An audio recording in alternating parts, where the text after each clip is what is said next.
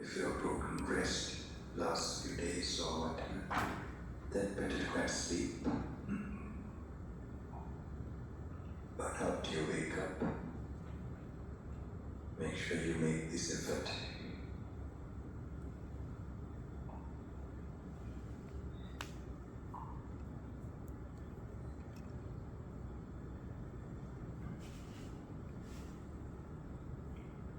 So you can even chant something inspiring in the beginning, just to inspire yourself, unless before any sitting or any meditation session. Think of the qualities of the Buddha, or the Dhamma, or the Sangha, or anything inspiring spiritually. That's to give some energy to your mind.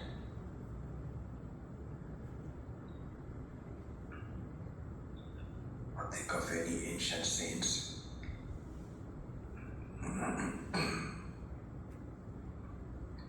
I was inspired sometimes by the old saints in Sri Lanka. And I was in some of those areas in the jungle where the ruins of their monasteries were there.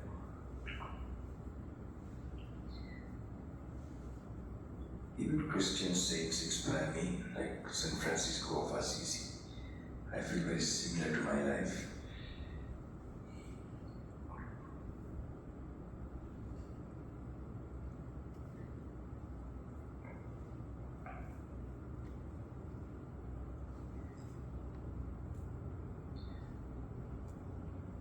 There were some verses I used to recite in the jungle those days. Buddha's different qualities. Araham arahoti namena araham bhavang nakare arihatta palam pattu araham namate namo samma sambuddha jnanena samma sambuddha desana samma sambuddha lokasmin samma sambuddha te namo Sugato sugatattanam, sugato sundaram picha, nippanam sugatinyanti, sugato namate namo, anuttaro jnana silena, yodokas su anuttaro, anuttaro puja lokasmin, tannamasami anuttaro, devayakka manusanam lokeyakka padam padantam damayanantam purisajanathenam bhagava bhagava yuktam dhakkam kalesavahadam bhakkam sansaram taru bhagava namate namo.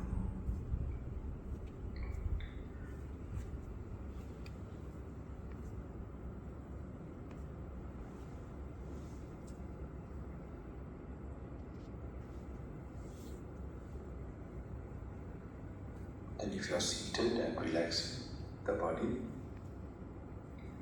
like you are looking at from outside, you can contemplate.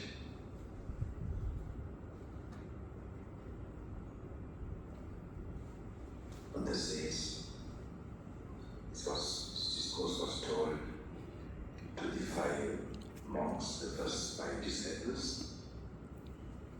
They became arahants after hearing this discourse. Rupam bhikkhave aratta.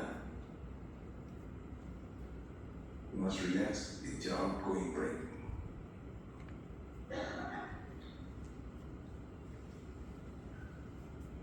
You must try to observe your own self.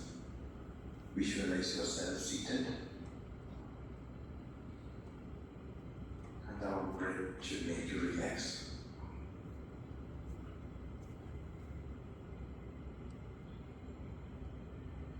Like you're looking from outside.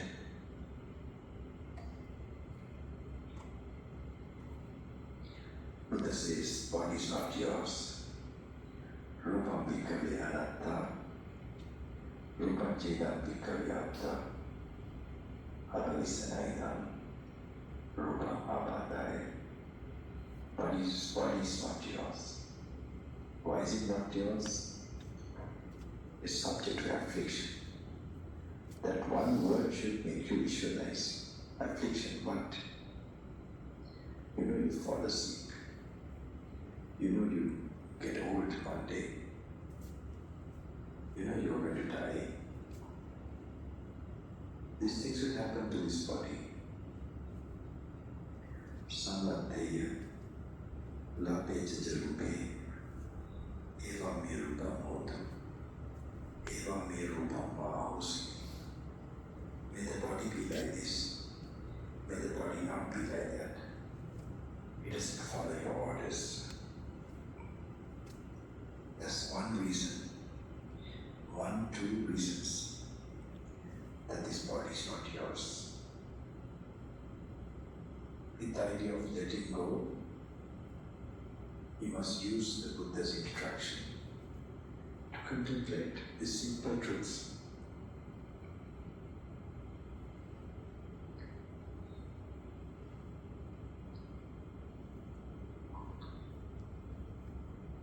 Then you can take all these 4 factors: feeling, perception,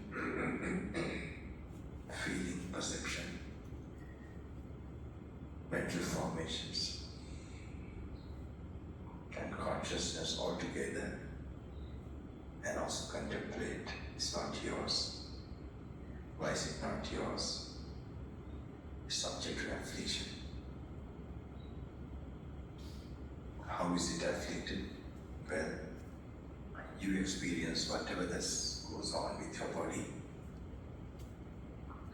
and you can't order, may my consciousness be like this, may my consciousness not be like that. Like when you get a painful feeling, you can't say, I won't let the pain go away immediately. It doesn't follow your orders immediately. You have to change the conditions and so on. Sometimes even if you change the conditions, it just remains.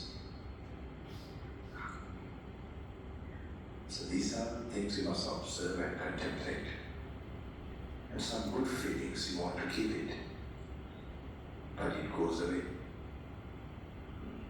Sometimes even in relationships, you just want to have that, but you're out of your control, beyond your control.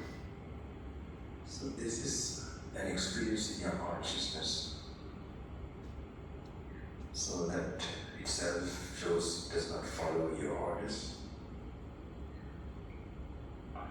So it can't be you. This is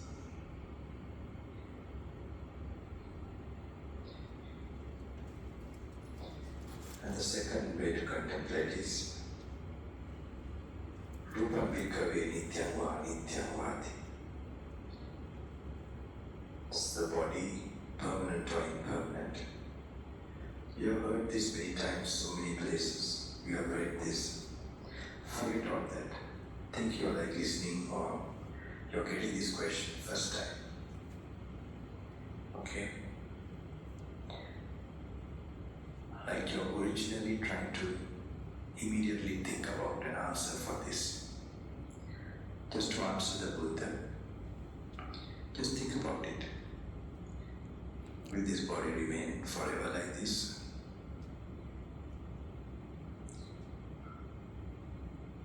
It's definitely going to change. Definitely going to disappear completely.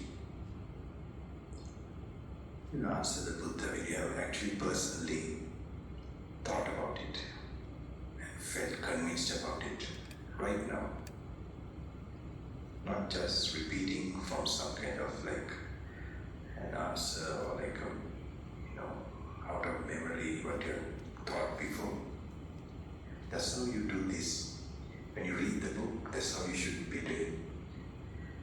Must make it personal and an immediate exercise of contemplation.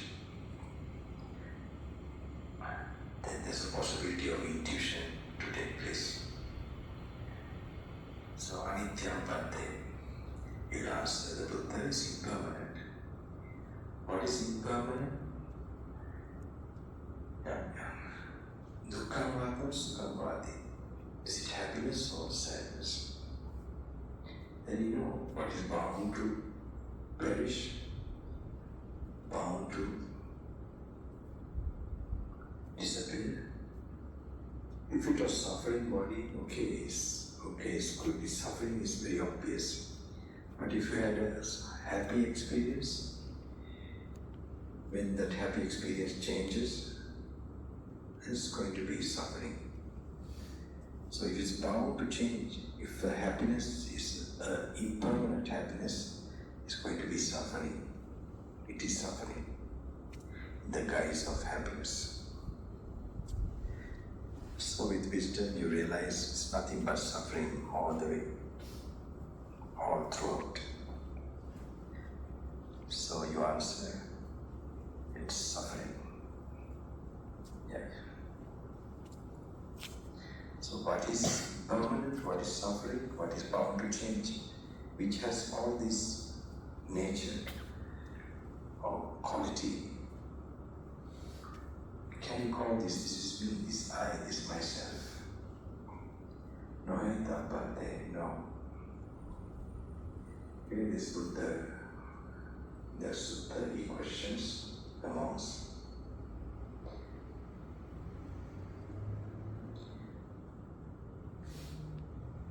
And then you put that also to feelings, perceptions, mental formations, and consciousness. Nitya or anitya, is it permanent or impermanent? Anitya bhakti, it is impermanent. Yapara anitya dukkam vatam sukham vati. What is impermanent? Is happiness or sadness? Suffering.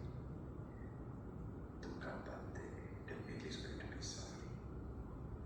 Yapara anitya dukkam viparinama dhamma kalyanudam samupasita. Etam mama esu mamasmi. Esu miyandati. What is impermanent suffering yourself? No etam bhakti, no.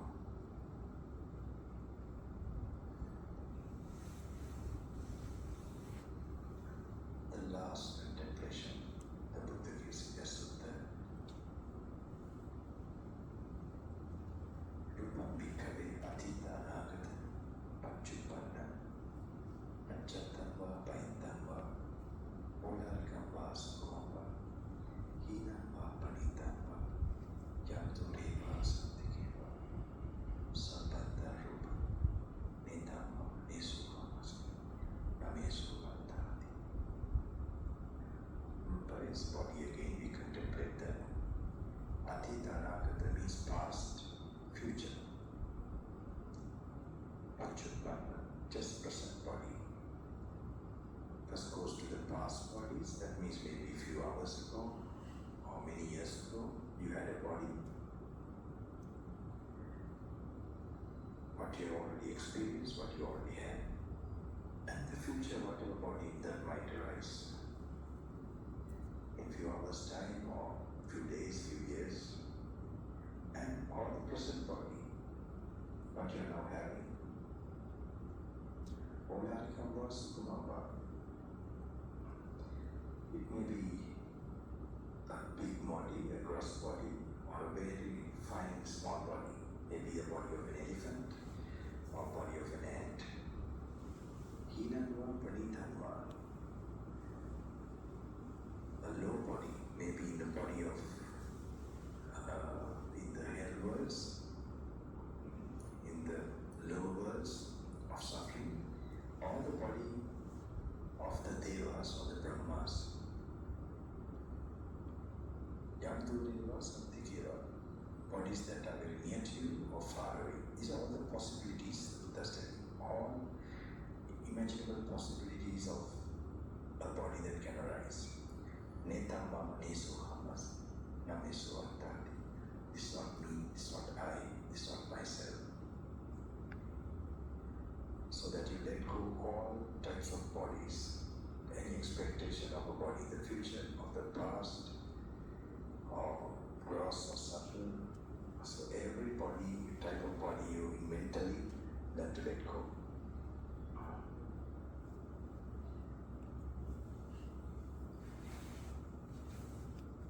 sanya, sankara, vinyana, feelings, perceptions, mental formations and consciousness.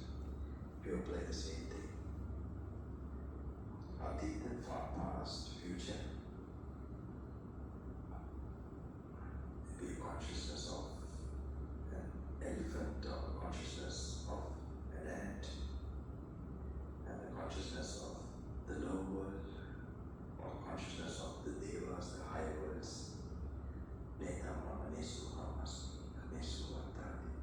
It's not me, not I, not myself. Eva meta yada bhutam. Rupas visbhini bhindati. Vedanaya bhini bhindati. Sanyaya bhini bhindati. Sankhara visbhini bhindati. Vinyanas bhini bhindati. Nibhita virajati. Virāga vinachati. So here, when you see this with wisdom, you'll feel desireless, dispassionate, or you'll feel shocked, and you'll turn away from them.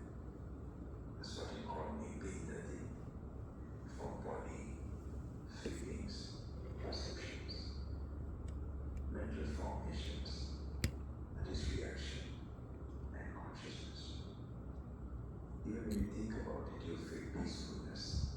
That's why sometimes it can lead to samadhi, concentration. So normally this morning session is done like that, which I've been doing for many years.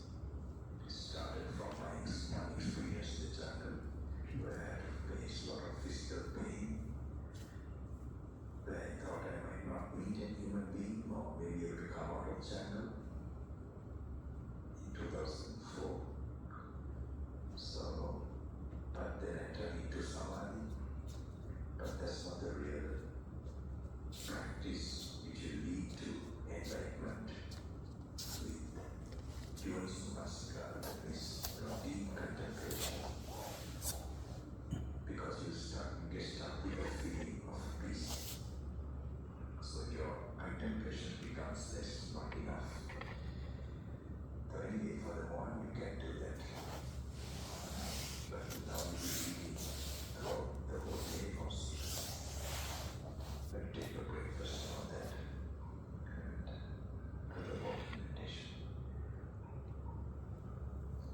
So that you think of how you feel detached from this body, feeling, perception, mental formations and consciousness. That your mind will be free from all attachment to this craving for these 5 skandhas, aggregates, or components of you, the being, what we call the being. See how free you are, how peaceful, pure you will be. You will have this ego disorder, no sense of I recognize. Because I associates these 5 things, body, feeling, perception, and simultaneously greed, hate, and delusion goes away from your mind. Just imagine yourself free from these 3 defilements: getting angry, getting greedy, being deluded with any idea of ego or self. Just think of that state of mind you experience. Imagine that. All the while, with your exhaling breath, feel relaxed, let go of the thoughts, tension, stress.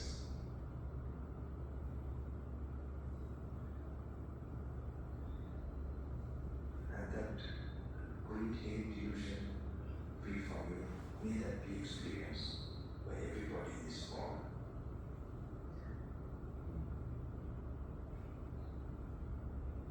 All who are outside, maybe some in their rooms,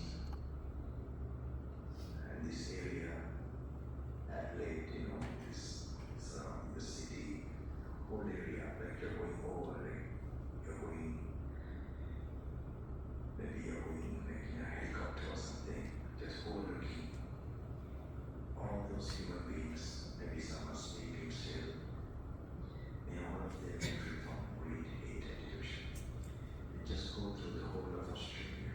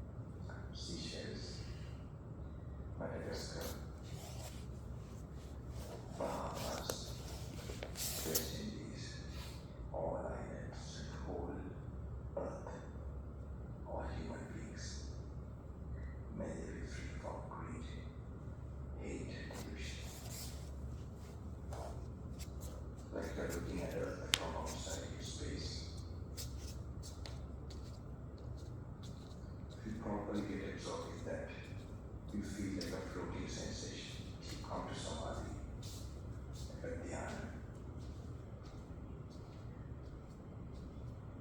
You can go on, you can be in that state for long, forever. If you want to be like that, you don't feel tired, you feel so energized.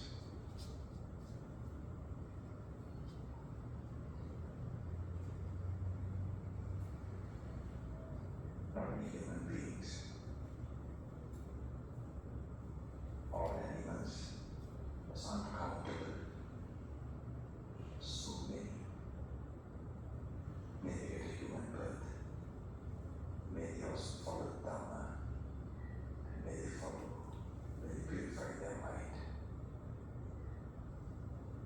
And all the demons and spirits, dove spirits, all these beings, Yakshas, Bhutas, Pretas, Kumbhara, may they get a human birth. They are also countless. You can't count them. May they get a human birth and may they follow this way out of suffering. Not only those beings, there's other logos called Vetarani. Vetarani, they're like in prison due to different types of evil deeds they've done. They go to that particular world. I have some interesting experience. It's not like that, but they do exist. It's very interesting. These words,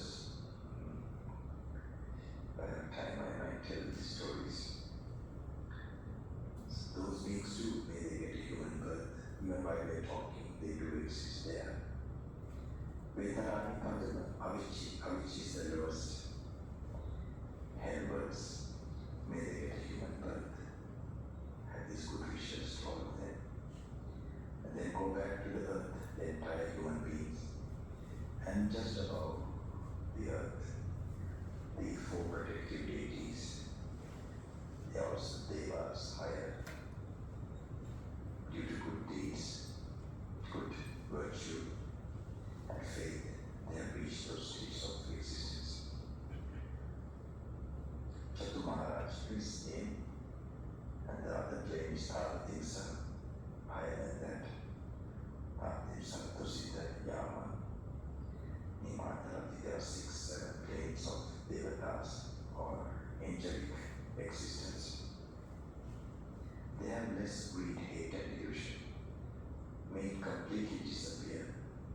You wish for them in Bana. Not only angelic beings, above that is the Brahmalokas. Those worlds are reached by who have developed meditation, who have developed samadhi, dhyana. So,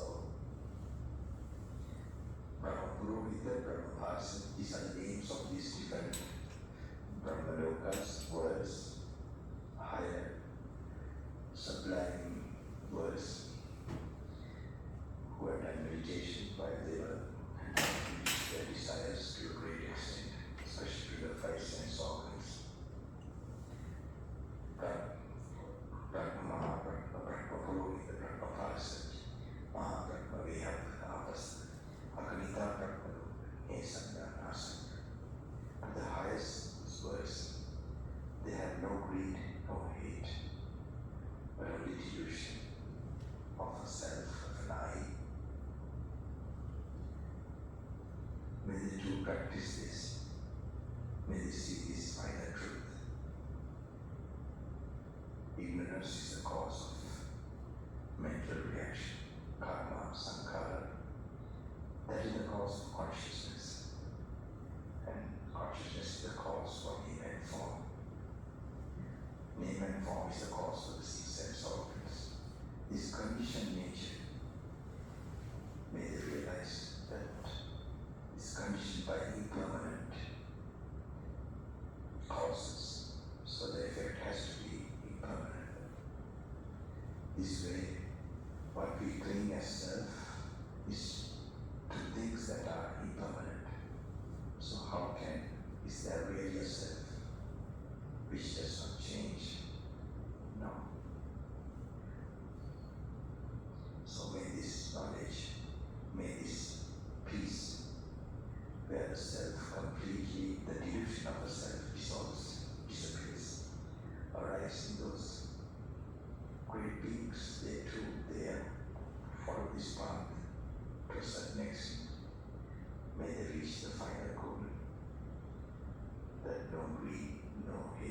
It's already not there, but no delusion.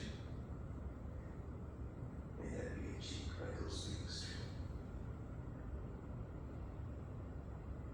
And go back to the Devaloka. May they also free from any illusionary sense of I. Do that same blessings to the human beings, the whole planet, and to the animals, and to the spirits, and to the lowest birds. May they get a human birth. May they follow this way. May the human beings reach this state quickly. Just sweep your attention to the higher divine angelic worlds, and then to the higher than that, the Brahma, Lokas, the worlds, and go down, up and down like that, wishing all of them this highest truth.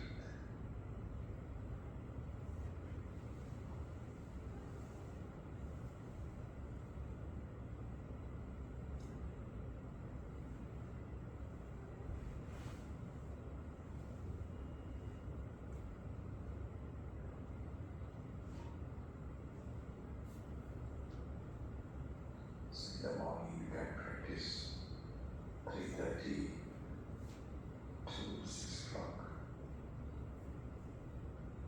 And if you still find you're sleepy, because if you don't get to samadhi, you will get drowsiness coming. Don't read, change to the walking meditation. Maybe in the morning I will demonstrate the walking meditation here, and then come later.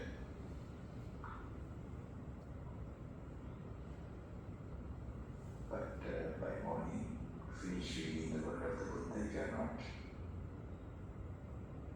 And the two suttas I told to read yesterday night, if you are unable, read it today morning. And soon start the next one I have already told you. Though the body is sick, not to keep the mind sick. That sutta, starting from that, continue. Read and what you understand, contemplate. In the morning when I come, I will tell you until which page you have to read. And read some parts of it. And try to be mindful when you get up, when you move. Don't pay attention to things around you. Don't look at the details of the things from your eyes around you. Don't recognize people. Just to move so that you don't knock at them, knock on them more. And as I told you yesterday, just pay attention to the moment, what you immediately see, maybe the carpet or the chair.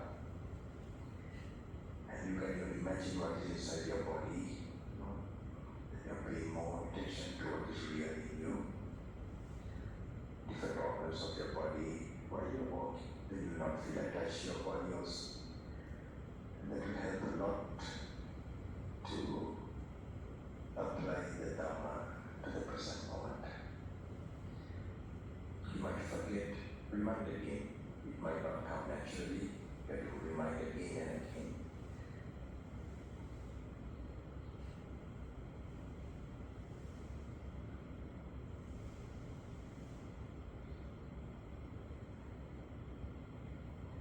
This should be a general practice. When you're moving your body, maybe going for food and when you're taking the food, don't open your mouth until the hand comes closer to your mouth. Do that. Try to be aware when you're taking the food slowly. It's another practice, trying not to allow the tongue to touch the food. And eat with your teeth. And try those things. And also imagine if you put the food out, how it is like. It's so like puke.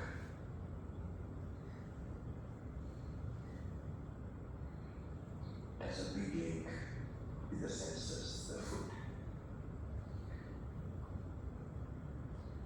We get attached to people and all that. It's just nothing but, full of a filthy body. You might call it mother, father, children. Same with food. When you understand the nature of food, you'll understand those other attachments.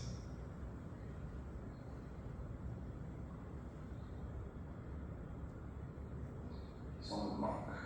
Mentally you are imagining it's like this, like that, like a fantasy. Let visualize to help you to go more tranquil and detached.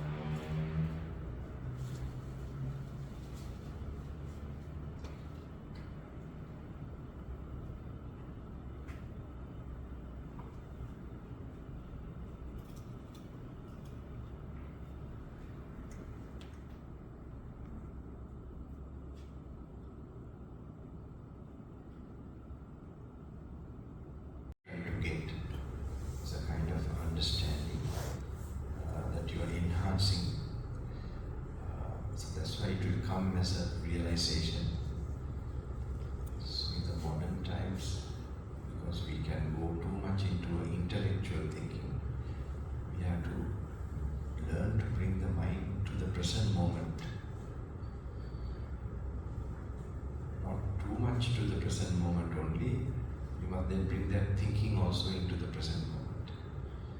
That means what you have read, how the reading is, what kind of thinking the Buddha was telling, what kind of analysis that you should bring to the practice of present moment. So present moment is having bodily awareness, kaya sati. And then that's why you read, but reading and focusing to the reading and trying to apply it to yourself, that you have to strongly master. So that you can do, you can try today also if you have time in the morning. But when you see that you have not much time more, you have more to read, then you have to go fast, don't worry.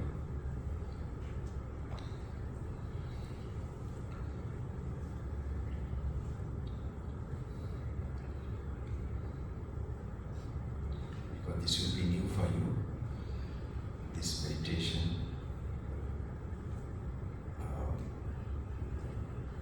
It is just like the olden times Buddha was talking, they listened to the Buddha. Now you are reading, okay, you are not hearing, that's the difference. But if you are guided by what he is saying, you come to that goal.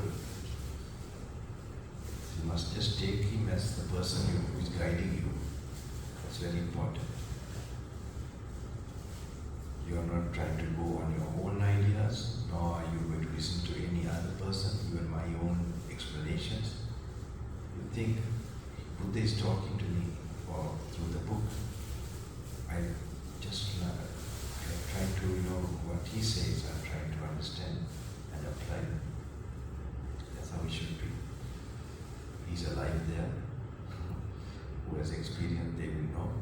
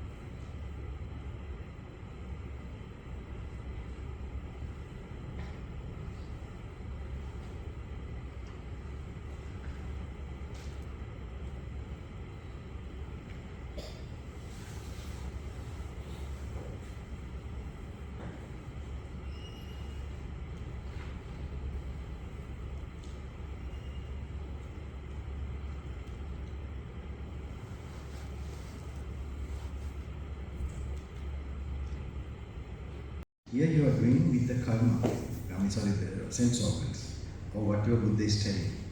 It's not just one place, one way. So it's giving you more opportunities of observation. But it added analysis also. Okay, so when you put that next you are going to 6 sense organs. So when he says there, you must use your attention to note each sense organ and visualize, like you draw in like a whiteboard, you chalk, you draw eye, you draw ear, nose, tongue. Like that, you imagine eye, ears, nose, tongue in your mind, drawing board. Okay, so then you contemplate. You have an eye, so to talk about it arises from impermanent causes. You just picture you have an eye, and then there are impermanent causes. What is it? Dhamma is there, and food. Alright? So then just imagine how food is always changing. So it's a thinking imagination. Okay, I don't know how to verbalize this. Thinking imagination. Okay? About reality. So it is a more, so it goes beyond in this present moment what you are immediately feeling or touching or anything like that. It is a more, that's why it becomes real Dhammanupassana. It is vipassana with the Dhamma. Okay? So that is not a very big thing. Just think, if you meet the Buddha, you'll be hearing something like that. So it's not that a lot of things you should know. It is just maybe one way of analyzing. It becomes clear to you. Just apply that more. So it's just taking one, you may read a lot, but one that strikes you how to watch. Now even the 4 elements, hard nature here, is same. Like that, you learn to think more. So in the techniques, it has made you to less think and pay more attention. So it gives results actually quickly. It makes you peaceful, stable immediately. But whether it gives you the deep wisdom is a question, because whether there's enough analyzing, contemplation, so it doesn't matter. You rely in this retreat. You already have practiced, whoever asked that question. So that, what is this? Does it answer the person who asked that question?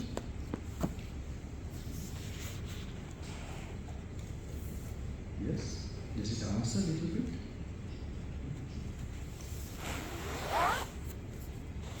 Today I'm getting too much food. Maybe the gods have seen that I'm hungry, right? 2 feet.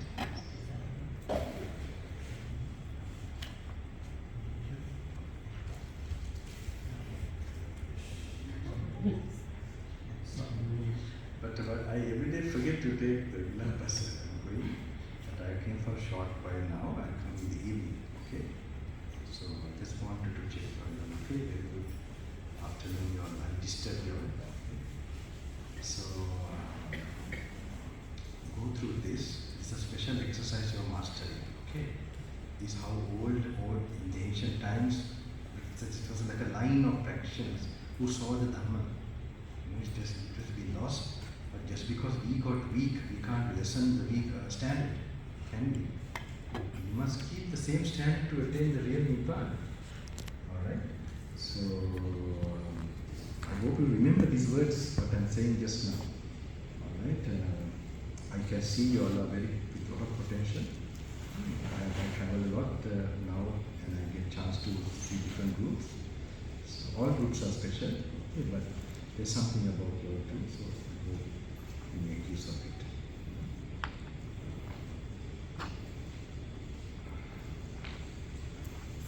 So, I think so.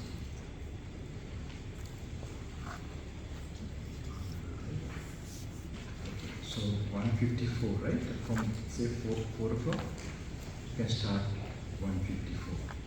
Alright? So if some people are already finished, just now you can try a little bit undergo, which is interesting to get that contemplation. Because your contemplation would have got lazy now. It has got in me also. In so many years, Himalayas, when I was young, it was so this thing, so vibrant. And that is so powerful and just, you're full of wisdom.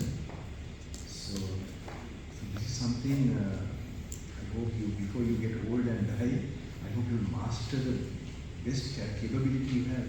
That ability to have that yoniso manasikara, wise attention, analyzing the Dhamma in a meditative way, not in an intellectual way. That way I can give a good speech, that's a different thing. You see the Dhamma in your mind, that is important. Dhamma seen in the mind. Okay.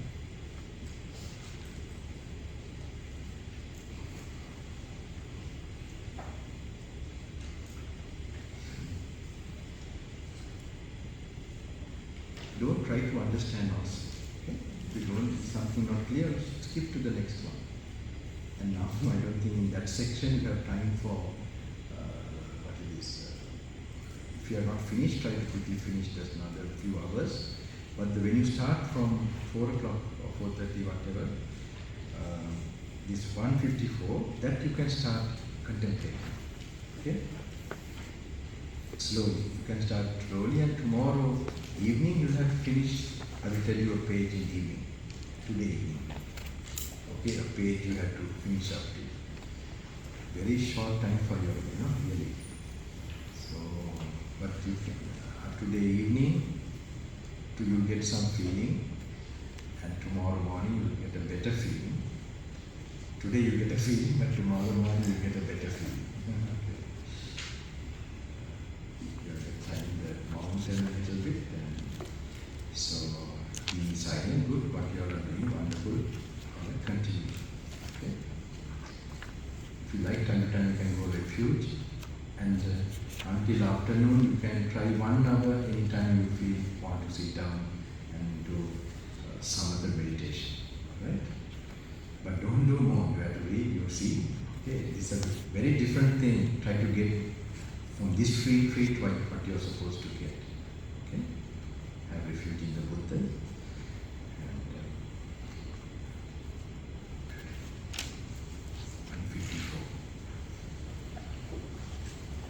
Please continue. Okay?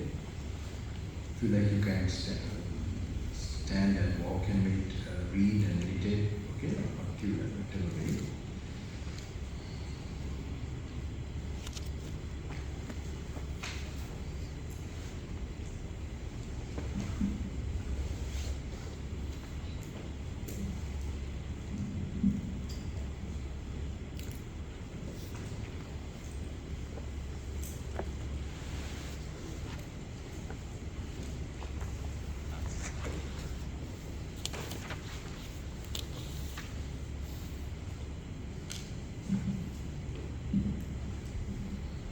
This was studied or practiced in a very, with all like a lot of free time, and some monks who spend their only life for this purpose, and like making your mind very relaxed, and it's like about thinking about life, how life is going, what is life, and what are the causes, like that, contemplating in a very natural way. Then only this will become something, so we are now we have to detox from intellectual ideas also. Too much ideas given to us. Actually, some have got even some experiences. I told you there's like a snake. I tell there's a snake here, and then suddenly you see the tail. Like that, there's an experience in this. Could be today, tomorrow. Could not be this time. Okay, but you have created the pathway in your wisdom eye for that. Okay, so there are some who are ordained, have some kind of, I can understand, they just got that, they know that the words are like the mystical part of the words, they get to know. So even they, when they go out of the retreat in Sri Lanka, when they hear about, so many ways, like people saying, like, then these questions come, is this enough? It's like we need Abhidhamma to understand, like that. So many questions come. So this is what the problem today is. There's a lot of too much information, and it's good in a way that also you can find, compare and all that. But it's another way it makes you distracted. You don't read anything deeply Before you reach deeply, you will get another idea, and then it's like, taking a plant, remove, then plant it, remove, and then it never gets, properly.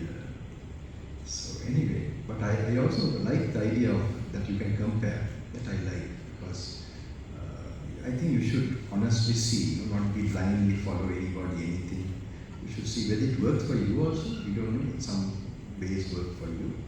So I'm very happy. I'm not very concerned that this way you should embrace. Anyone should embrace it.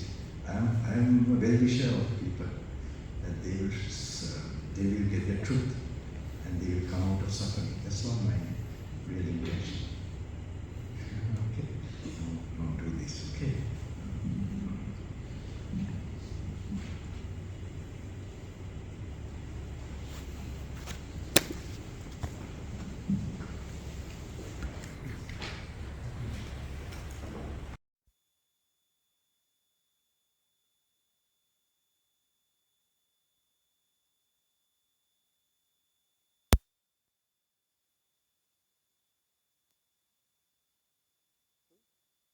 Still unable? Don't worry. Okay, don't worry. 2. Okay, 3. More than 60 pages? More than 60?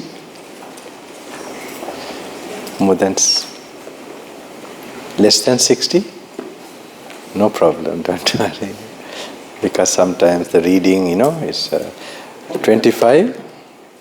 More than 100. Huh? More than 100, okay. 25? More than.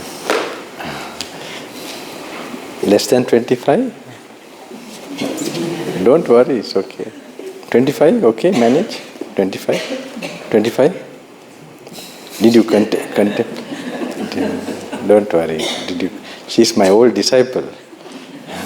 15 years ago. So no need, no problem. Don't worry.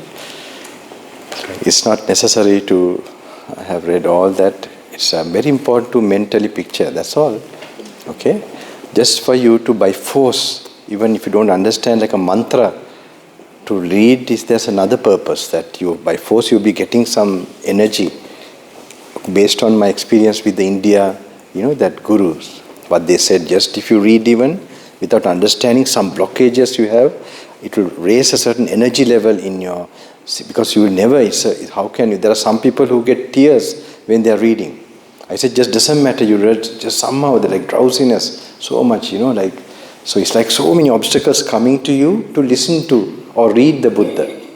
In this case, not listening, is reading the Buddha. Okay? From your eyes.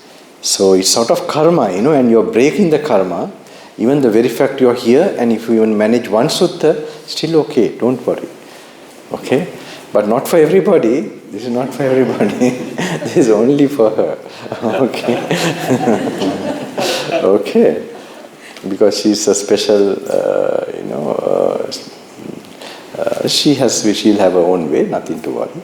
She already have meditation, and then this will come up in a right way in the course of time.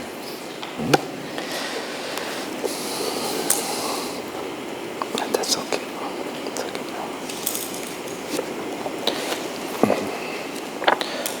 So we'll go to the. I read more than I don't know how many suttas.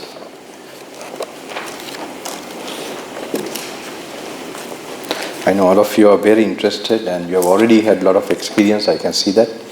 And I think this is, it will be beneficial for you. Tomorrow morning, wait, okay? Today is like the peak. Tomorrow morning, the 4th day, right? So 154, Salayatana Samyutta.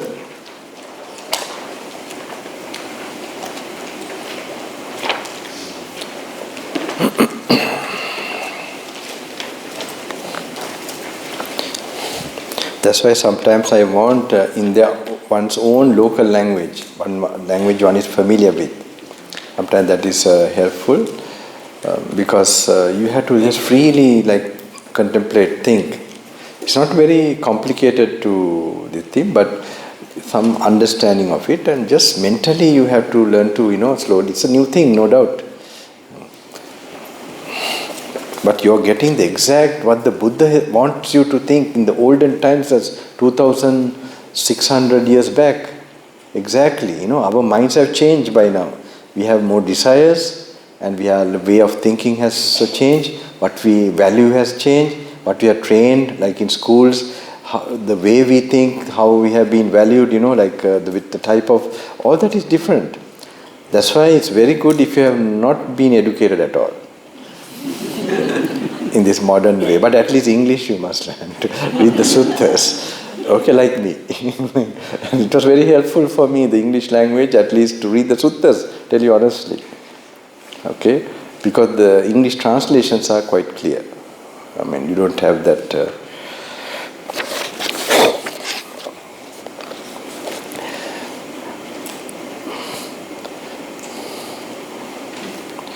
So, 154. You know how to read now by now, relaxing, looking at it.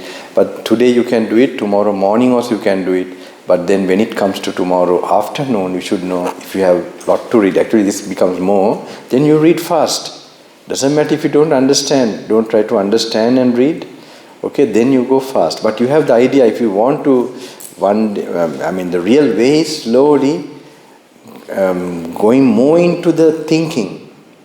The type of thinking that is sort of stimulated there, that thinking has to increase. That thinking is related with wisdom and is related with, a type of awareness, mindfulness, mixed with mindfulness of the present moment. So it's a meditative way only you can sort of learn to focus on that. So it's like a very subtle clarity, very subtle clarity will come. It's not that will increase. It is an invisible eye, in your mind. It's an invisible faculty. So it's more you stay in solitude, more you stay in silence, then that is start to work. You may feel bored, sleepy, all that doesn't matter. With that you will get the real idea. I can entertain you more. Time will pass, but you're not getting the real faculty open. You understand? So I'm not interested to just, I am only trying to tell the real standard of this practice, because for me it's very clear how it is done, how it was done. Even evening, no chantings, nothing. I think some wanted, I got the message. It's good, I don't mind, but I'm just trying to make you stay the way I stayed many years back as a young boy. Just in solitude in an island forest with my teacher. Of course, by the time 6, 7, 8, I feel very sleepy. So alone and so bored.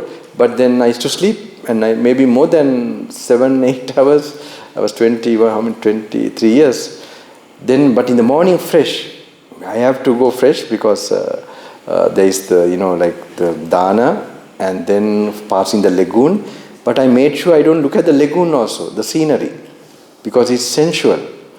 And then I delighted in metta bhavana only, if some delight. Okay? So I used to sit for meditation, for samadhi through metta and little anapanasati, which I am telling you all also.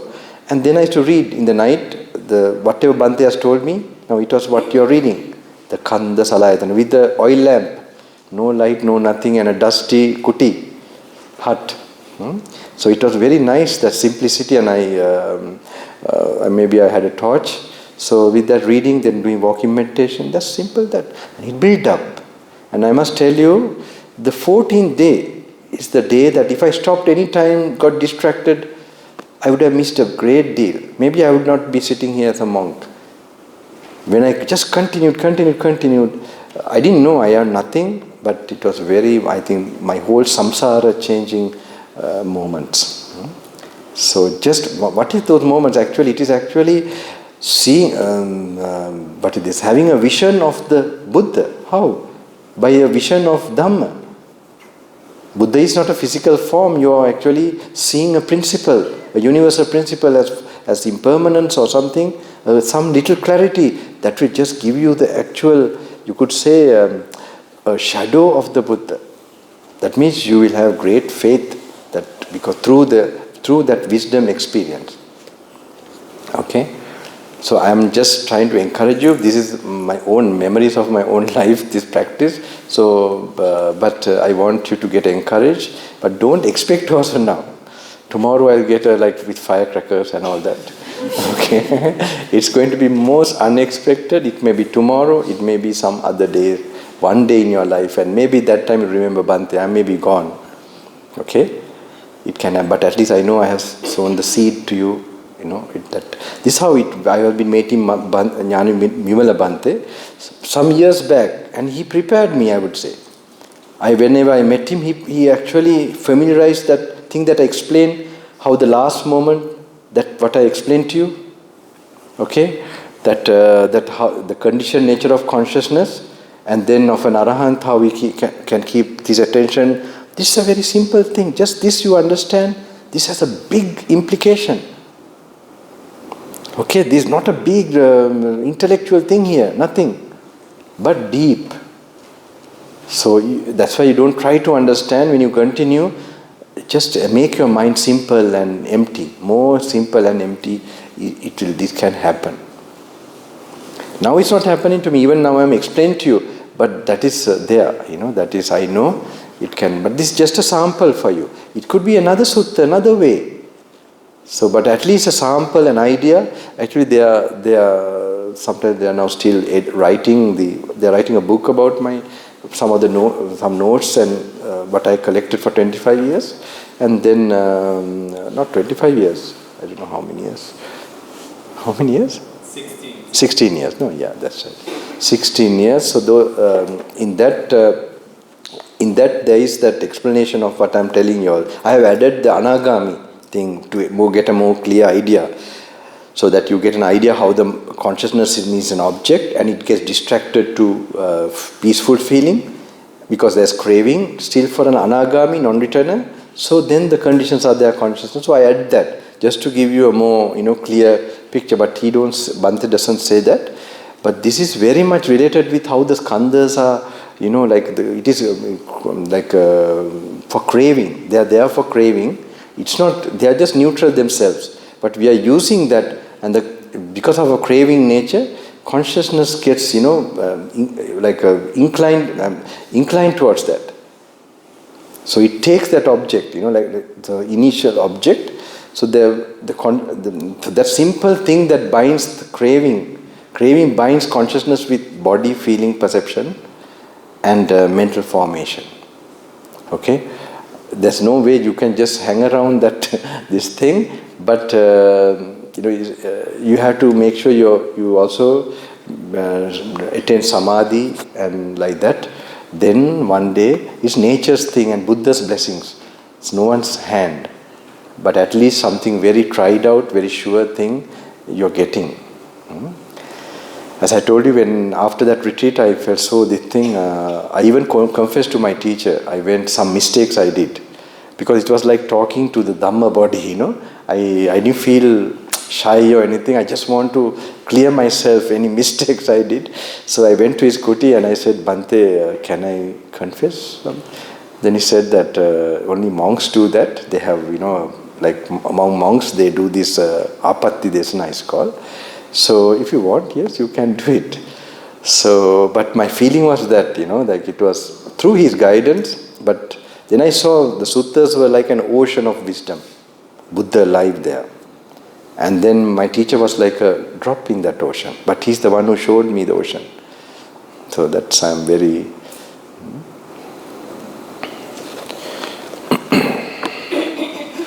So we will go through this. I have to cover today.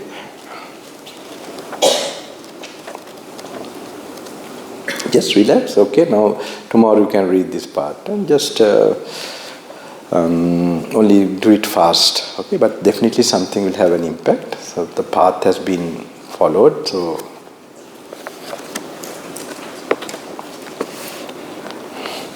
thus have I heard on one occasion. This is 154, page 154.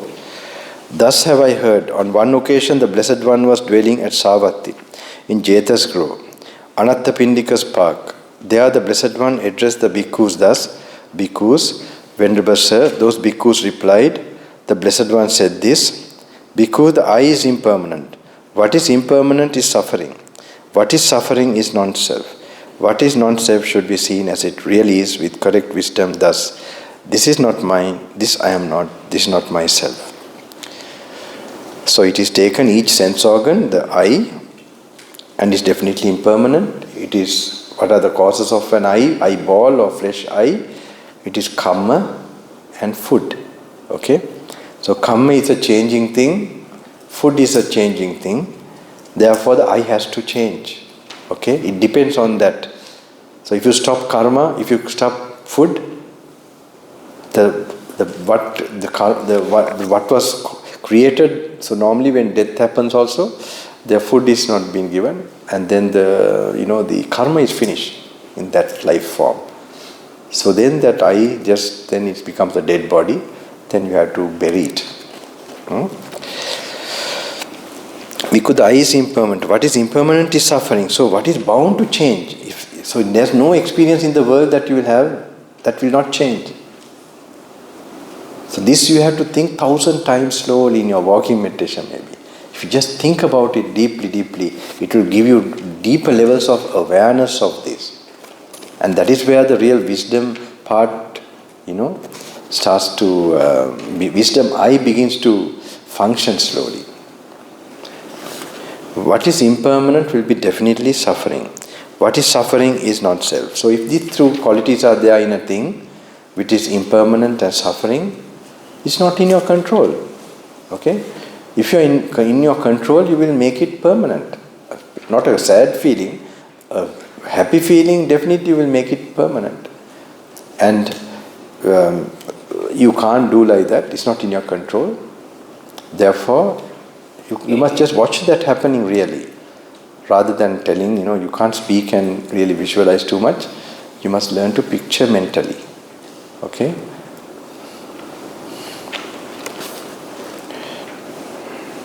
So which has these two qualities, impermanence and suffering? You must relate to your own body, okay? Or a feeling, perception, maybe something very relevant to you, like something where you really want to have that feeling and then you didn't. You can put to that. How it has just happened by cause, and when the causes are over, it's gone. So if it was in your control, so these are the things, these cause and effect things we are calling as self. It needs little attention and you have to keep on going. Because we have got so used to, with the other way. Bhikkhu, the I is impermanent. What is impermanent is suffering. What is suffering is non-self. What is non-self should be seen as it really is with correct wisdom. Thus, this is not mine, this I am not, this is not myself. The ear is impermanent, the nose is impermanent, the tongue is impermanent, the body is impermanent. So you can sweep through your each organ. So you are paying attention to the present moment also. This is, when you are reading like that, you are not just like, noting like, eye, ear, nose. It should help your mindfulness to sweep through your each organ. Okay? Then you can apply, then you begin to develop a special type of mindfulness. The ear is impermanent, the nose is impermanent, the tongue is impermanent, the body is impermanent, the mind is impermanent. What is impermanent is suffering. So you must picture one day, definitely your organs are decaying as well as, I'm talking about me, organs are decaying as well as it will disappear. Okay? When you're young, maybe you don't think like that, but it's at least in that way. So you do to apply whatever way you sort of recall or apply, try to apply it. It's not going to be an illusionary thing. It is the reality you're going to investigate. The body is impermanent, the mind is impermanent. What is impermanent is suffering. What is suffering is non-self. What is non-self should be seen as it really is with correct wisdom. Thus, this is not mine, this I am not, this is not myself. Seeing thus, Bhikkhu, the instructor, noble disciple, experience revulsion.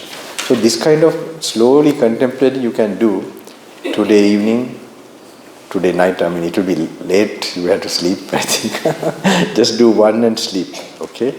But otherwise tomorrow you can do, okay? Even in the early mornings, sleep well, alright? if you find you are not slept well, don't worry about the 3, 4, the thing. But if you can make it also, it's a good. It will support you in a different way.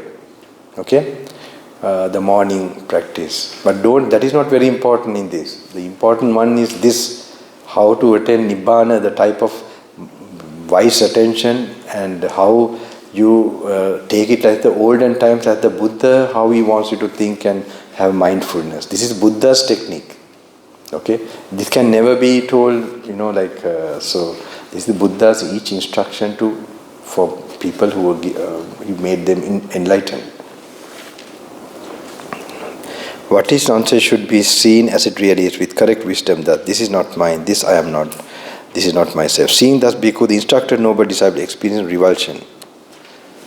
So you can actually, when you now say you had that experience of impermanence and suffering, and then you begin to see also that is not pleasant, not me, not I.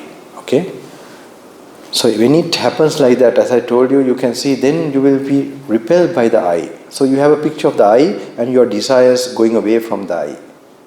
You have the ear, because you see the nature of the ear, your desires going away from the ear. Then the nose, okay, you have this insight that is impermanent, and then suffering, so shocking that it is. If it happened like that, then you have no desire for it. See how like even arahants, their desires fading away because of the insight. Okay? So it's a mental exercise. More you have samadhi, easy to do these things. But don't worry, this will help you to have samadhi one day, because this will polish your base of everything. This is like a medicine for everything. Wisdom. Nose, revulsion. Toward the eye, revulsion toward the ear, revulsion toward the nose, revulsion toward the tongue, revulsion toward the body, revulsion toward the mind. Experiencing revulsion, he becomes dispassionate. Through dispassion, his mind is liberated. When he is liberated, there comes the knowledge is liberated. He understands, destroyed his birth, the holy life had been lived. What had been done had been done. There is no more for the state of being. This is an arahant. He has become arahant. That's how he proclaims himself. The nose is suffering.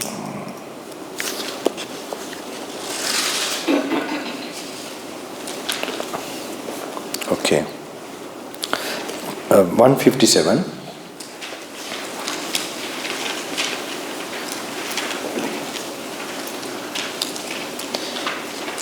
Because the I is impermanent, both of the past and the future.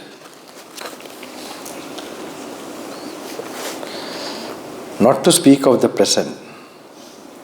Seen thus, because the instructed noble disciple is indifferent towards the I of the past.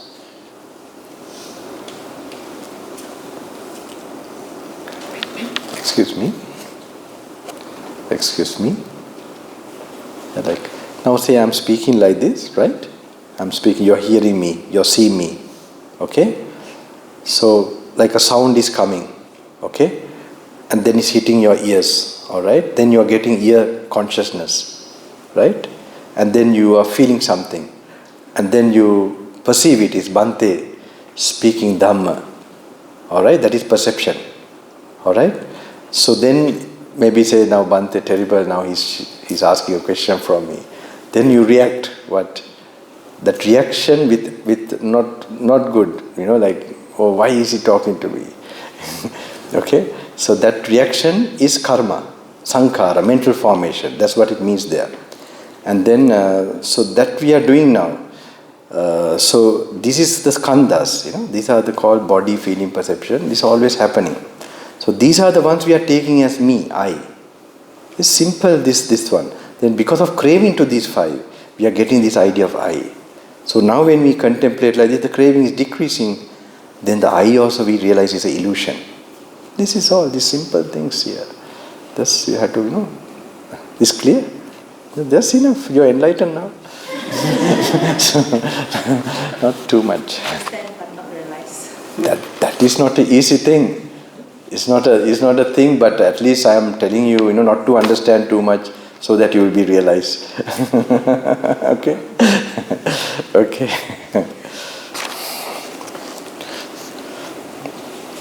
he does not seek delight in the eye of the future, and he is practicing for revulsion toward the eye of the future. The ear is impermanent. Now here, because the eye is impermanent, both of the past and the future, not to speak of the present. Now here, both of the past, now eye is impermanent. Whatever eye you have got in the past, okay, maybe several years ago or even few weeks ago, sometimes, all the cells have died and new cells have formed. Okay, like a new entire eye, actually. Alright? So like that is changing and impermanent, and it's gone. It's very clear the past, that it has become impermanent. So what eye will arise in the future, the same thing will happen. Do you think some eye will come that it will not decay? What do you think? Maybe somebody, no one can create even eye. Do you think an eye we will get somehow, some discovery will come in the future that our eyes will never decay? That's a funny joke, right? It will not happen. Those days some people with science and all that would have thought, but now people have more understanding, more little wisdom. So this, in the future, an eye will definitely be impermanent. Okay? So when you have to get that sense now, if the past eye has changed, it's finished, and the future, whatever eye arises, will definitely change. When you think like this, you will then immediately go to the present. Definitely what I am experiencing now, the eye that is there is going to change. Okay? If you get a more strong experience, the desire will go away to the eye and the experiences you get from eye. That's the purpose of this awareness, and the awareness that will bring knowledge to you, wisdom to you. I am frightened to use the word knowledge because you will mistaken in terms of the modern way of gathering information. So anyway, both of the past and the future, not to speak of the present. Seeing thus because the instructed noble disciple is indifferent towards the eye of the past. So that way when you contemplate like this, you will get dispassionate to the eye of the past. He does not seek delight in the eye of the future, and he is practicing for revulsion towards the eye of the present, for its fading away and cessation. The ear is impermanent, the nose is impermanent, the tongue is impermanent. So he applies to all the sense organs, both of the past and the future, not to speak of the present. Seeing thus because the instructed noble disciple is indifferent towards the mind of the past, for its fading away and cessation. So it's applied, the second sutta also we read, doesn't matter, because the eye is suffering both of the past and the future, not to speak of the present. Seeing thus the mind, now they have cut short the sutta, okay? Mind is suffering for its fading away and cessation. Because I like to get to this one, because the third one, because the eye is non-self, both of the past and the future, not to speak of the present. Seeing thus the mind is non-self, for its fading away and cessation. Just imagine if you can dig your previous life body. I mean, the body will be decayed and all that. Maybe the skeleton will be still there, right? If you had a name that time. So on in a long span like that, you can get a more idea how, how impersonal it is.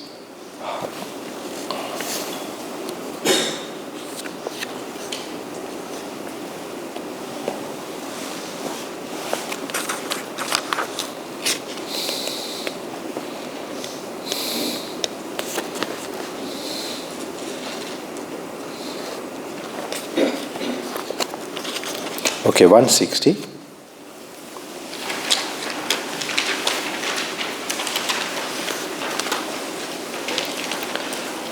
Because the last one, arising of suffering, because the arising, continuation, production and manifestation of the eye is the arising of suffering, the continuation of disease, the manifestation of aging and death, the arising of ear, the nose, the tongue, the body, the mind.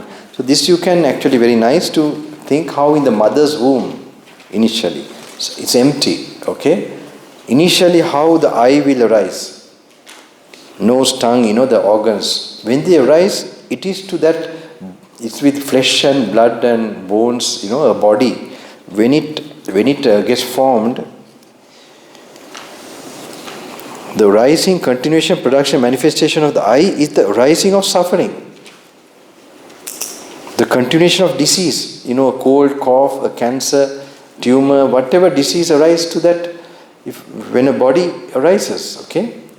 So this is very nice. Even you can think, says, it's not practical, it can't happen, but say someone attained Nibbana, no body, no feeling, no perceptions, but then he's getting a body, okay? So this is just for understanding sake.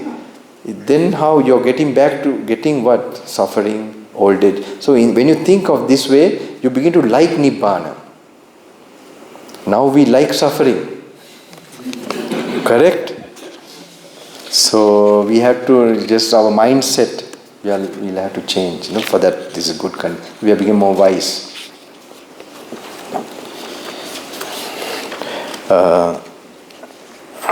And manifestation of I is the rising of suffering. The continuation of disease, the manifestation of aging and death. The rising of manifestation of aging and death.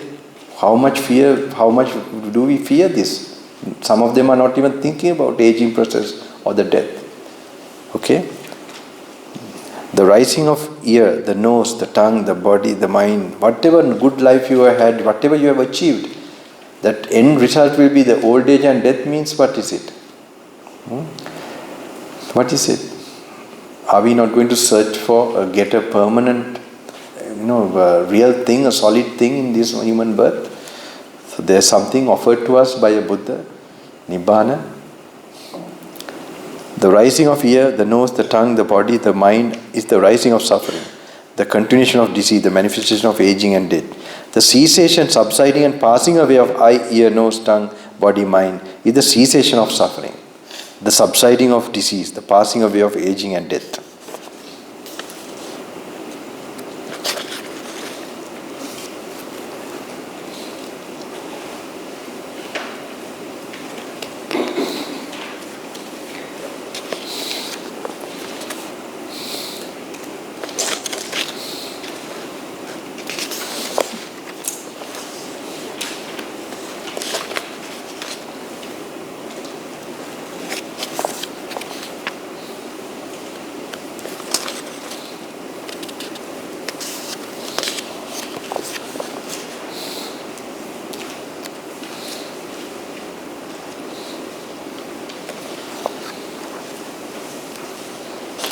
Okay, 172.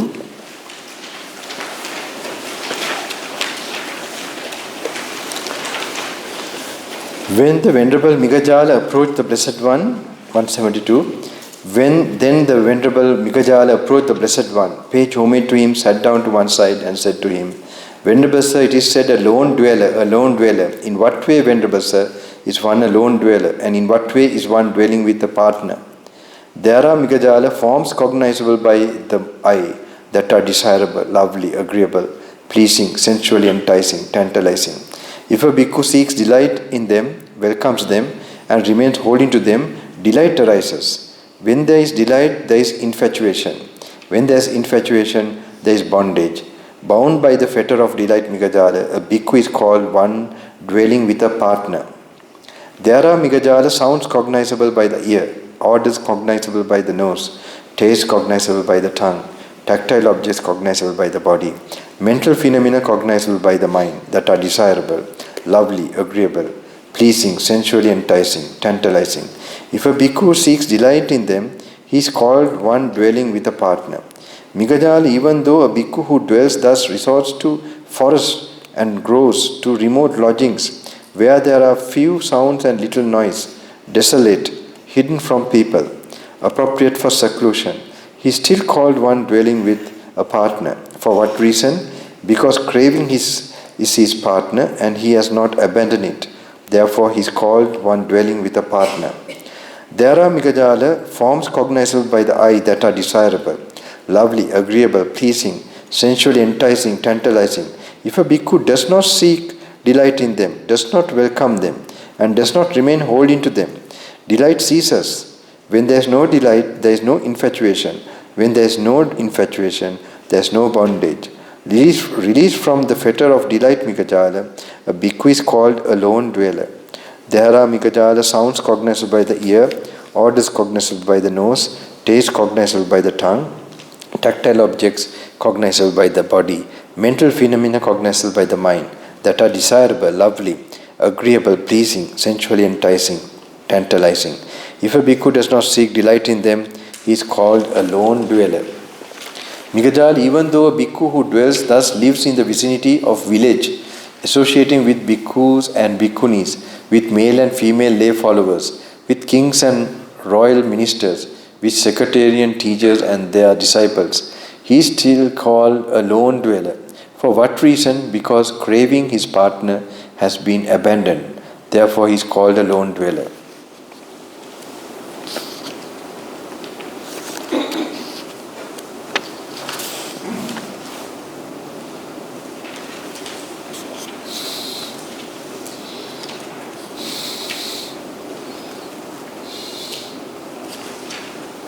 Okay.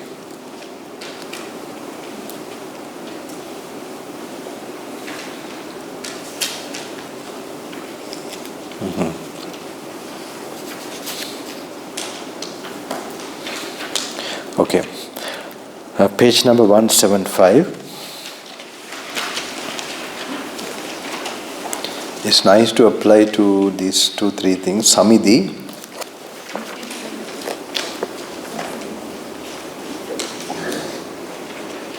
Okay, we have 174. Samidhi. 174. On one Samidhi Sutta, on one occasion the Blessed One was dwelling at Rajaka in Bambu's Grove, the squirrel sanctuary. Then the Venerable Samidhi approached the Blessed One and said to him, Venerable Sir, it is said Mara, Mara. In what way, Venerable Sir, might there be Mara or the description of Mara?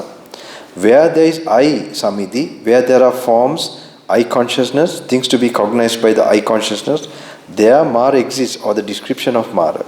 Where there is ear, the nose, the tongue, the body, the mind, where there are mental phenomena, mind consciousness, things to be cognized by the mind consciousness, there Mara exists or the description of Mara. Where there is no I, Samidhi, no forms, no I consciousness, no things to be cognized by the I consciousness, there Mara does not exist, nor any description of Mara. Where there is no ear, nose, tongue, body, mind, no mental phenomena, no mind consciousness, no things to be cognized by the mind consciousness, there Mara does not exist, nor any description of Mara. Venerable Sir, it is said a being. In what way, Venerable Sir, might there be a being or the description of a being? Where there is the I Samidhi, where there are forms, I consciousness, things to be cognized by the I consciousness, there the being exists or the description of the being. Where there is the ear, the nose, the tongue, the body, the mind, where there are mental phenomena, mind consciousness, things to be cognized by the mind consciousness, there the being exists or the description of the being. Where there is no I, Samidhi, no forms, no I consciousness, you are not having it there, but where there is no I consciousness, no things to be cognized by the I consciousness, there the being does not exist, nor any description of the being. Where there is no ear, no tongue, no body, no mind, no mental phenomena, no mind consciousness, no things to be cognized by the mind consciousness, there the being does not exist, nor description of the being. Now, I know it's not there, okay, but I have put that, just you have to picture, this is very good for your meditation, alright. Say for example, an animal like a bird or something falls on the ground, okay, somewhere. It has been, eaten by some animal or it dies.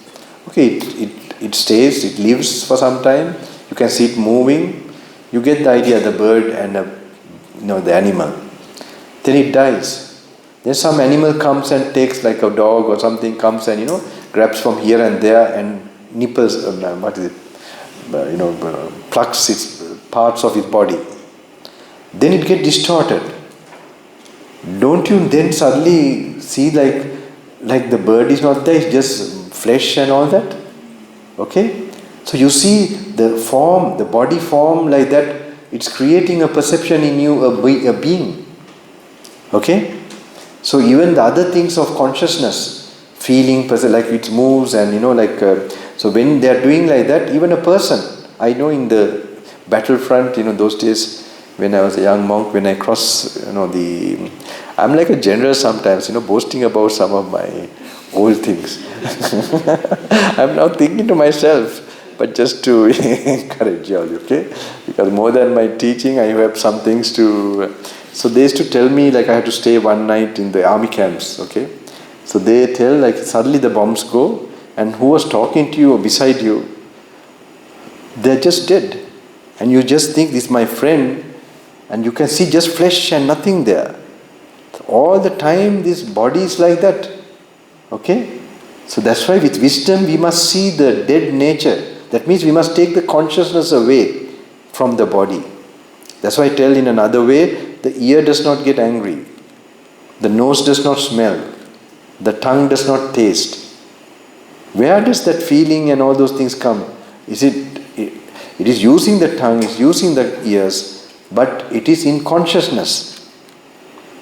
Okay? So in your walking meditation also you can separate that. That's how you mentally try to see this, the phenomena. Otherwise you are just very narrow and you're kind of, you're not really seeing what is happening, like you're observing yourself. What you are made up of. You are made up of a body and you have consciousness. Okay? So this you have to, that's where what you are contemplating when you're walking meditation. And then you begin to see those parts, what's happened to them. How they are, that's where you're like, you're having in the mind you have your own laboratory. That is the wisdom mind. That is the... Okay. I'm very happy. First time I see my name appear in Sutta. You happy what? Happy because my name Samiti, my Buddhist name. Oh. First time appear in Sutta. Okay. But your sutta is telling you to remove your name. Never before this Samiti appeared in Sutta. Okay. But there's no being. Right? Samiti lost his Samiti. Okay. Really your name, what, Dhamma name or what is Yes, it? You have a Dhamma name? I had the novelship program. Okay, then you had this name, right? Yes, yes. Oh, very nice. I can see you now full bright and alert. I told you by tomorrow, 10 years you will be younger. Yeah. No, it's something happening, tell you, I don't know. This is what I observe. Sorry? Actually, it is due to ignorance, avijja.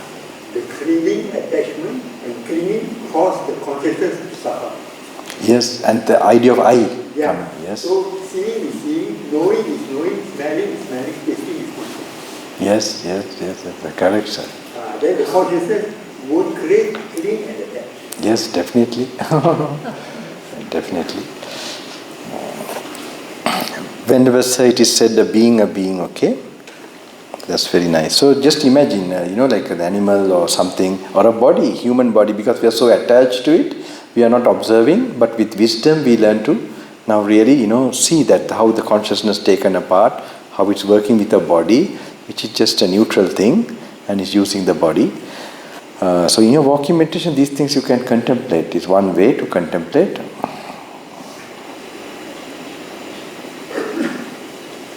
Okay, we read this also, it will be good. On one occasion, the Venerable Sariputta and the Venerable Upasena were dwelling at Rajagaha in the cool grove in the Snake's Hood Grotto. Now on that occasion, a viper had fallen on the Venerable Upasena's body. Then the Venerable Upasena addressed the bhikkhus thus, "Come friends, lift this body of mine and onto the bed and carry it outside." This is a very, very special type of poisonous snake. It's like the body like blast or I don't know what with its poison, So before it is scattered right here like a handful of chaff.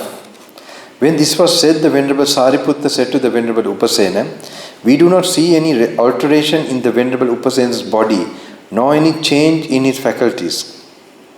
Yet the Venerable Upasena says, 'Come friends, lift this body of mine onto the bed and carry it outside before it is scattered right here like a handful of chaff.' Friend Sariputta, for one who thinks, 'I am the eye,' or 'the eye is mine,' 'I am the ear,' or 'the ear is mine,' 'I am the mind,' or 'the mind is mine,' There might be alteration of body or change of the faculties. But friend Sariputta, it does not occur to me. I am the eye or the eye is mine. I am the ear or the ear is mine. I am the mind or the mind is mine. This is to all the 6 senses, okay? This is shortened, right? So why should there be any alteration in my body or any change in my faculties? It must be because eye-making, mind-making and the underlying tendency to conceit have been thoroughly uprooted in the Venerable Upasena for a long time. That it does not occur to him, I am the eye or the eye is mine. I am the ear is mine. I am the mind is mine. Then those bhikkhus lifted the Venerable Upasena's body onto the bed and carried it outside. Then the Venerable Upasena's body was scattered right there, just like a handful of chaff. So here, this is actually the brother of Sariputta, Ratanwanse. So who do you think he is? What kind of attainment do you think he has attained? Sorry? Yes? Arhat, no? Yeah. It's very obvious. It's very interesting, no? It's like you have to learn to think of that. Then that becomes a meditation object for you. He understands that lust for forms exists. Okay.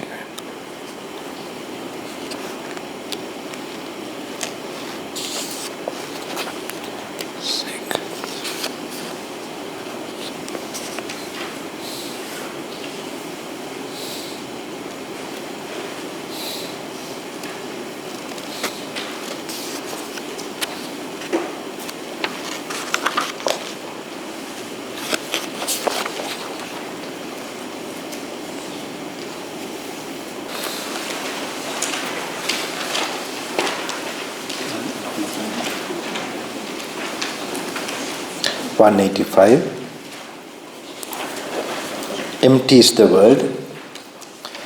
Then the Venerable Ananda approached the Blessed One and said to him, Venerable Sir, it is said, empty is the world, empty is the world. In what way, Venerable Sir, is it said, empty is the world? It is Ananda because it is empty of self, of what belongs to self, that it is said, empty is the world. And what is empty of self and of what belongs to self? The I Ananda is empty of self and of what belongs to self.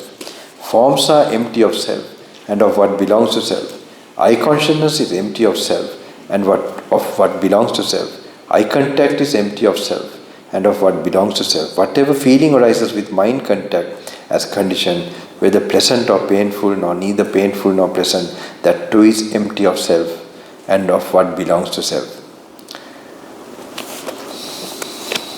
So even if you attain samadhi and peacefulness, it is a feeling connected with mind contact. Okay? So that is also empty of self. Because why? How does it base this emptiness of a self? It is a changing, sankhara. If there is something unchanging, then you can hold to as self. That's why everything conditioned has a changing nature. Therefore, if you can observe it visually even, that it has been one and then it changes to other, it's obvious it's not yours. It's not you. Okay? So actually we imagine and contemplate and get this thing, then also we notice it's not you. So if that contemplation increase, you might have very most special visions or experience of that, which can lead you to attain Nibbana. Attain final Nibbana. Wait. Where is it?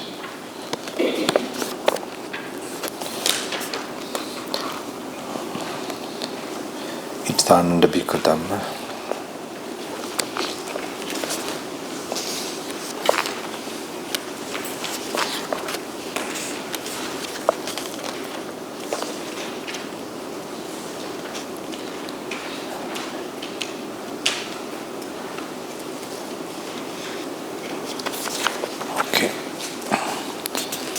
Page 194, this is a very important one. This is a very special type of contemplation you are getting. I don't know whether I missed something for you all.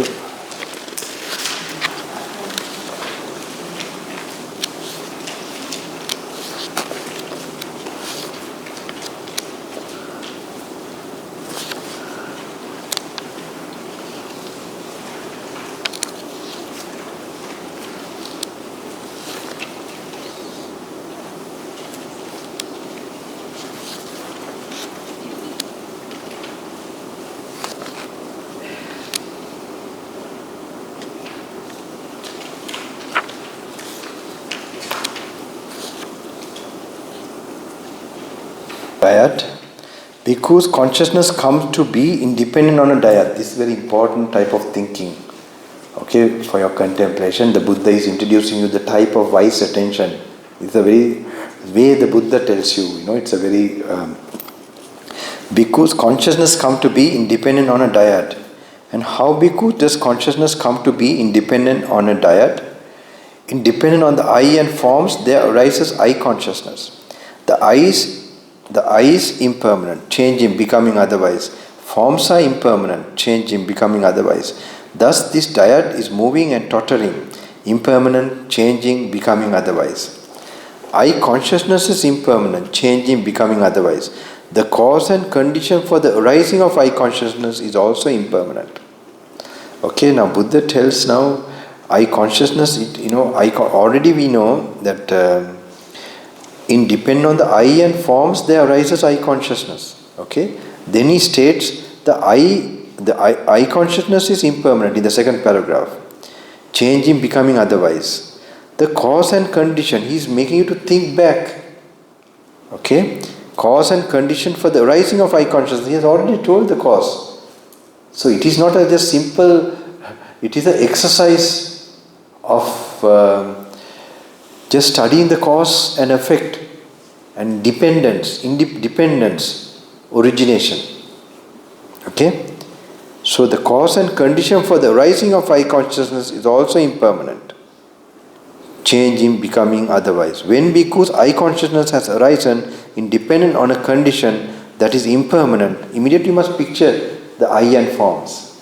When this statement is told, you must immediately picture in the mental vision how this is depend on these two, only this consciousness comes. So these two are impermanent, tottering like that, Buddha explains. Then the consciousness have to be impermanent and so on. So when bhikkhu's eye consciousness has arisen independent on a condition that is impermanent, how could it be permanent? The meeting, the encounter, the concurrence of these three things is called eye contact. Eye contact too is impermanent, changing, becoming otherwise. The cause and condition for the rising of eye contact is also impermanent, changing, becoming otherwise. When bhikkhu's eye contact has arisen independent on a condition that is impermanent, how could it be permanent?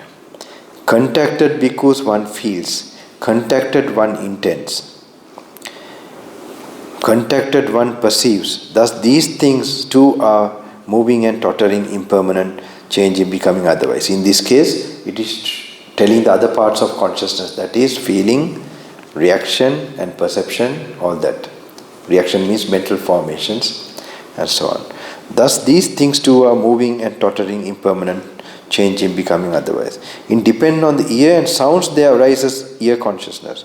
Independent on the mind and mental phenomena, there arises mind consciousness. The mind is impermanent, changing, becoming otherwise. Mental phenomena are impermanent, changing, becoming otherwise. Thus this dyad is moving and tottering, impermanent, changing, becoming otherwise. Mind consciousness is impermanent, changing, becoming otherwise. The cause and condition for the arising of mind consciousness also impermanent, changing, becoming otherwise. When bhikkhu's mind consciousness has arisen independent on a condition that is impermanent, how could it be permanent? The meeting, the encounter, the concurrence of these three things is called mind contact. I thought this will be good if the word, rather than mind, the brain, as an organ. Anyway, this is how the translators have seen. The meeting, the encounter, the concurrence of these three things is called mind contact. Mind contact too is impermanent, changing, becoming otherwise.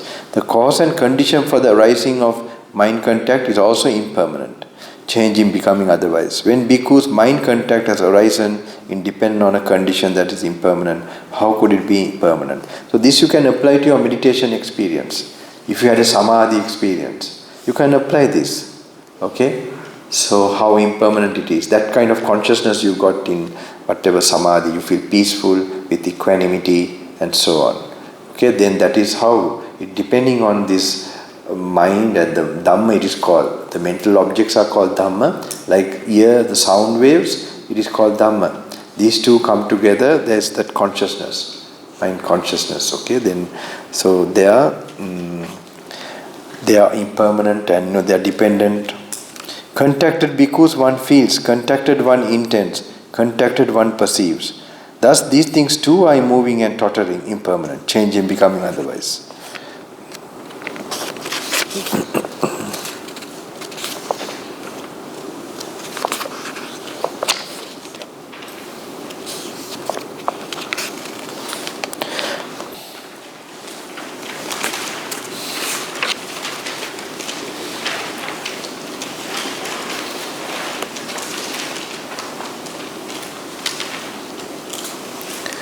Not yours. Because whatever is not yours, abandon it. When you have abandoned it, that will lead to your welfare and happiness. And what is it because that is not yours? The I is not yours. Abandon it. When you have abandoned it, that will lead to your welfare and happiness. Forms are not yours. Eye consciousness is not yours. Eye contact is not yours. Whatever feeling arises with eye contact as condition, whether pleasant or painful or neither painful nor pleasant, that too is not yours. Abandon it. When you have abandoned it, that will lead to your welfare and happiness. The ear is not yours. The nose, the tongue, the body, the mind is not yours. Whatever feeling arises with mind contact. Now, whenever you have read this, don't just read fast. Apply it immediately to the ear, eye, nose, like that. This will be very helpful. This then only becomes a meditation object. Okay? That means you visualize, you sweep through your attention to each sense organ. Whatever feeling arises with mind contact as condition, that too is not yours. Abandon it. When you have abandoned it, that will lead to your welfare and happiness. Suppose bhikkhus, people were to carry off grass, sticks, branches and foliage in the Jeta grove. This is a very nice way it's put, okay? Or to burn them, or to do with them as they wish. Would you think people are carrying us off, or burning us, or doing with us as they wish? No, Venerable Sir. For what reason? Because, Venerable Sir, that is neither our self nor what belongs to ourself. So those days, Jetavana the Buddha was staying. It was not owned like its monastery. He was staying for some time and he was going away from there. So there's this idea that is not. So this is that's why this simile is given. But in the modern times, it's different. Okay. If someone comes and robs this place, no one is going to stay, right? Can wait. It's not ours. So it's not like before in the olden times. Okay, but you can get an idea. Now you can think of a neighbor's house. You don't. They have to look after it. It's not ours. So, but just picture it, something like that outside, they take it away or whatever. You don't care about it because you don't have that ownership with that. Okay? Now the same way Buddha says to think of our body, we don't have ownership to that. And the feelings we get, we don't have ownership. Perceptions we get, we don't have ownership. So then we can watch them, we would not get happy or sad with these things. You see? That's the real happiness we'll be getting. Okay, this kind of thing when you have practice, when you're going for some checkup or some, here is very gentle, you must go to India and get a checkup. So this checkup or whatever, you can watch yourself. You have trained your mind to look at the body and and whatever feelings you are getting as something, not yours. It won't come if you only try that time. If you have now been practicing like this, it will come automatically. So you will feel less fear, less worry, less pain. Okay? No, Venerable Sir. For what reason? Because, Venerable Sir, that is neither ourself nor what belongs to ourself. So too, because the I is not yours. Whatever feeling arises with mind contact as condition, that too is not yours. Abandon it. When you have abandoned it, that will lead to your welfare and happiness.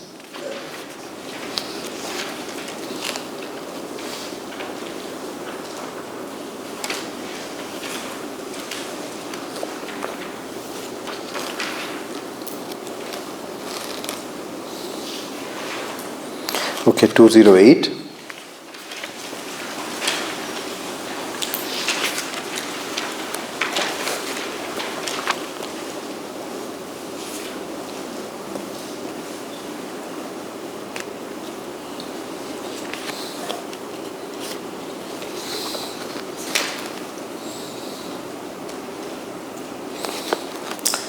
Okay, 208.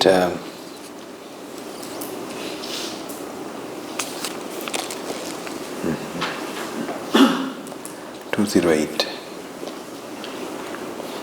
Because when what exists by clinging to what, by adhering to what, does the thought occur, I am superior, or I am equal, or I am inferior. Venerable Sir, our teachings are rooted in the Blessed One. When there is the I, because by clinging to the I, by adhering to the I, the thought occurs, I am superior, or I am equal, or I am inferior. When there is the ear, the nose, the tongue, the body, the mind, by clinging to the mind, by adhering to the mind, the thought occurs, I am superior, or I am equal, or I am inferior. What do you think, bhikkhus? Is the I permanent or impermanent? Nose, tongue, the body, the mind, permanent or impermanent? Impermanent, Venerable Sir. But without clinging to what is impermanent, suffering and subject to change, could the thought occur, I am superior or I am equal? That is, say for example, without clinging to what is impermanent. Now this way of thinking is a very beautiful kamatana, meditation object for your contemplation. Buddha is putting in so many different ways for you to, your mind to get that, to see the connection also, how the clinging and the idea of I arises.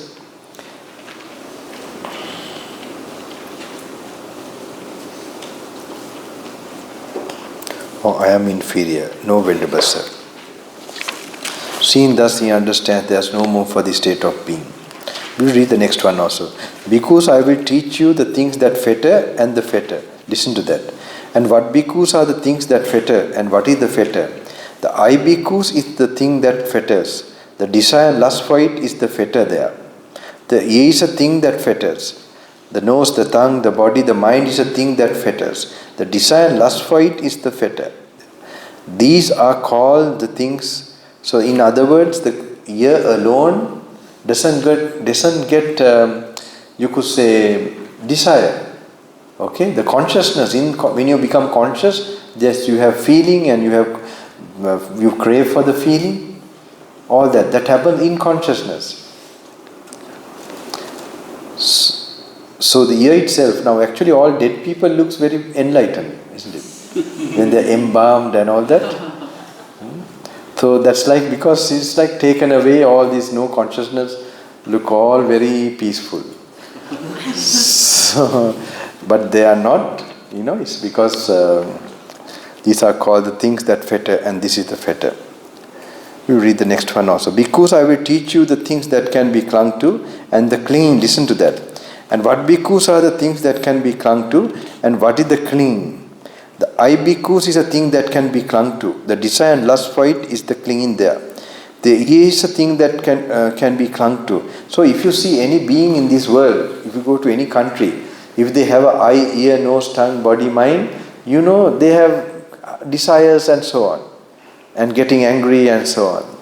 When you look at them, even if you don't know their language, can see, he got angry. He got the desires. Like you can see from the behavior, the facial expression or the body expression. Okay? So it's a universal thing. Now, this comes to my mind, I don't know why it always comes. Like say when I go to a new country and suddenly I see old people, I see here also the old age is there. Like people get old, and it really then I feel like this universal truth is there in all human beings. I mean, this happened when I went to Nicosia, Cyprus first time. When the ladder, the plane, the ladder, they bring the mobile, this thing, and then somebody was driving the vehicle who was old, and I thought, here, the old people are here. So it's so you could never, it's a universal truth. Any being can study this, this is actually Buddha's teaching. It's a universal, that's why somebody said Buddhism is a phenomenology or something, phenomenology. Study of phenomena, or in analyzing, investigation of. Now in the beginning of the talk I told you about, how you will picture and analyze like a laboratory in your mind. So this is the way it should be, then only you get that wisdom. The mind is a thing that can be clung to, and desire and lust for it is the clinging there. These are called the things that can be clung to, and this is the clinging. If I stay long here, my English will improve. Come back to his life, Sri Lanka also I have English, but in English the retreats, 10-day, not many, 10-day retreat is there, I think. But fully understand. Okay, 210. Because I'm feeling comfortable again, I don't know how, after long, because I'm struggling, like reading this after a long time, and because of, it was causing problem to it was happening when I read the Sinhalese one, those days, and then I became familiar with it. Really. The reading is, I think, helping, to kind of... Bhikkhu, there are forms cognizable by the eye that are desirable, lovely, agreeable, pleasing, sensually enticing, tantalizing. If a bhikkhu seeks delight in them, welcomes them, and remains holding to them, he is called a bhikkhu who has entered Mara's lair, who has come under Mara's control. Mara's snare has been fastened to him so that he is bound by the bondage of Mara, and the evil one can do with him as he wishes. There are bhikkhu sounds cognizable by the ear, and mental phenomena cognizable by the mind. Now these are all six sense organs, okay, that are desirable, lovely, agreeable, pleasing, sensually enticing, tantalizing. If a bhikkhu seeks delight in them, the evil one can do with him as he wishes. There are bhikkhus forms cognizable by the eye that are desirable. Now actually, you can see mainly our 5 sense organs, the attraction will be for, you could say, lust, and then for food, okay? And now maybe the third one, the mobile phone. I don't know. As the time passes, you're like it's a drinking, like dopamine, full dopamine dosage, going on. I don't know. I feel like that. So it's a sensual, you can see things from so much entertainment. So you can just, with this sutta, you can see, like sensual, enticing, tantalizing. If a bhikkhu seeks delight in them, welcomes them. Now say you get used to certain type of food or restaurant. Sometimes you have a good opportunity to do something in another country or somewhere. You don't want to make that sacrifice because you're going to miss that food. Okay? Or something, so that it binds you. It makes your decisions based on, if you, you have to picture this way how it really happens. I don't want to tell the other way. Like when one falls in love or something, then you're under control. You can't, you're so possessed. So it's the 5 sense organs, and it's a very emotional thing. So you're really going to the lair of Mara. And but I say actually, if you're a lay person, getting married is like becoming a monk, because you are fixing on one person and you are helping yourself to discipline and control. That's the purpose of that. So that in stages you learn to discipline yourself and not make more karma. If you have allowed your desires to work as they just arise. So that is a nice institution that has been made. But it's also like being a monk, how boring the person is, how whatever it is. You just, in that limit, in that boundary. Then you can spiritually progress that way. Otherwise, it's dangerous. Then if you are not, then you must be controlling, disciplining. So there are bhikkhus, forms cognizable by the eye that are desirable, lovely, agreeable, pleasing, sensually enticing, tantalizing. If a bhikkhu does not seek delight in them, does not welcome them, and does not remain holding to them, he is called a bhikkhu who has not entered Mara's lair, who has not come under Mara's control. Mara's snare has been unfastened from him, so that he is not bound by bondage of the Mara, and evil one cannot do with him as he wishes. So we had some experience, even I can't tell you, like passing through some area, and then there were like lot of sound and forms and all that. So I can relate with that also. So for example, not looking at them, not paying attention to the mindfulness here, and knowing that it's going to disturb it's just a meaningless thing, some sounds, some music, something going on. So then that will affect your meditation now. If you pass through that and making sure that you don't pay much attention, knowing the consequences of it, then you observe the sila in a way. Okay? Then you will have less monkey mind when you sit down. You just have a vague this thing. That means you had some vague experience of it, no doubt. But it's not really a thing that makes an imprint on you and comes to bother you. So this is where the sense control practice is very important. That is, for the sila and for a yogi, if you want to have good experiences. So with that solid virtue or sila, the samadhi is a possibility.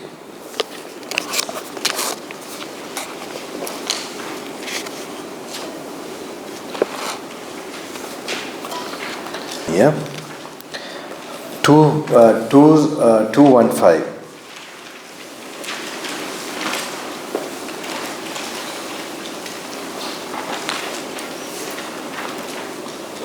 Sakka's question. One occasion, the Blessed One was dwelling at Rajaga on Mount Vulture's Peak. Then Sakka, the Lord of the Devas, approached the Blessed One, paid homage to him, stood to one side and said to him, Venerable Sir, what is the cause and reason why some beings here do not attain Nibbana in this very life? And what is the cause and reason why some beings here attain Nibbana in this very life? There are, Lord of the Devas, forms cognizable by the eye that are desirable, lovely, agreeable, pleasing, sensually enticing, tantalizing. If a bhikkhu seeks delight in them, welcomes them, and remains holding to them, his consciousness becomes dependent upon them and clings to them. A bhikkhu with clinging does not attain Nibbana. There are Lord of the Devas, sounds cognizable by the ear, mental phenomena cognizable by the mind, that are desirable, lovely, agreeable, pleasing, sensually enticing, tantalizing. If a bhikkhu seeks delight in them, welcomes them, and remains holding to them, his consciousness becomes dependent upon them and clings to them. A bhikkhu with clinging does not attain Nibbana.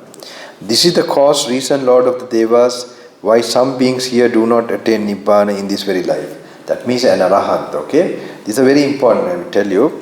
There are Lord of the Devas, forms cognizable by the eye, mental phenomena cognizable by the mind, that are desirable, lovely, agreeable, pleasing, sensually enticing, tantalizing.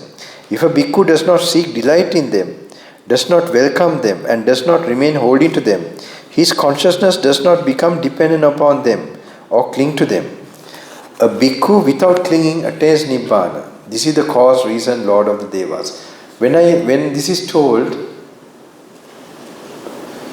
does anything, the last moment and all that, does it come to your mind? I told you like how the Arahant will keep his attention to the last breath. You remember that? It's very related here because he has no any desires, so the consciousness won't get any object. Okay? So this is the very thing that it's very simple, but it has a very profound implication. It is a very big link, of every being going in this samsara. So that link is actually broken, making you desireless. All right. So this keep it in mind.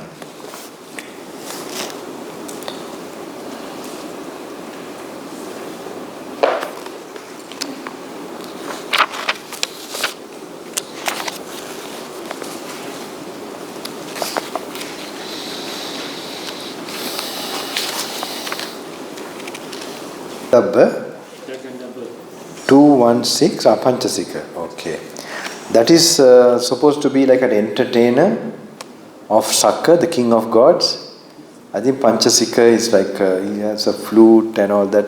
I think something like that. They are the community in the Thavatimsa. Yeah. And Gandhabbas, they are kind of divine beings. Not the Gandhabba about the rebirth Gandhabbas. This is different. These are divine forms, divine existences. Little below to the king of gods, but they are like in his audience and all that.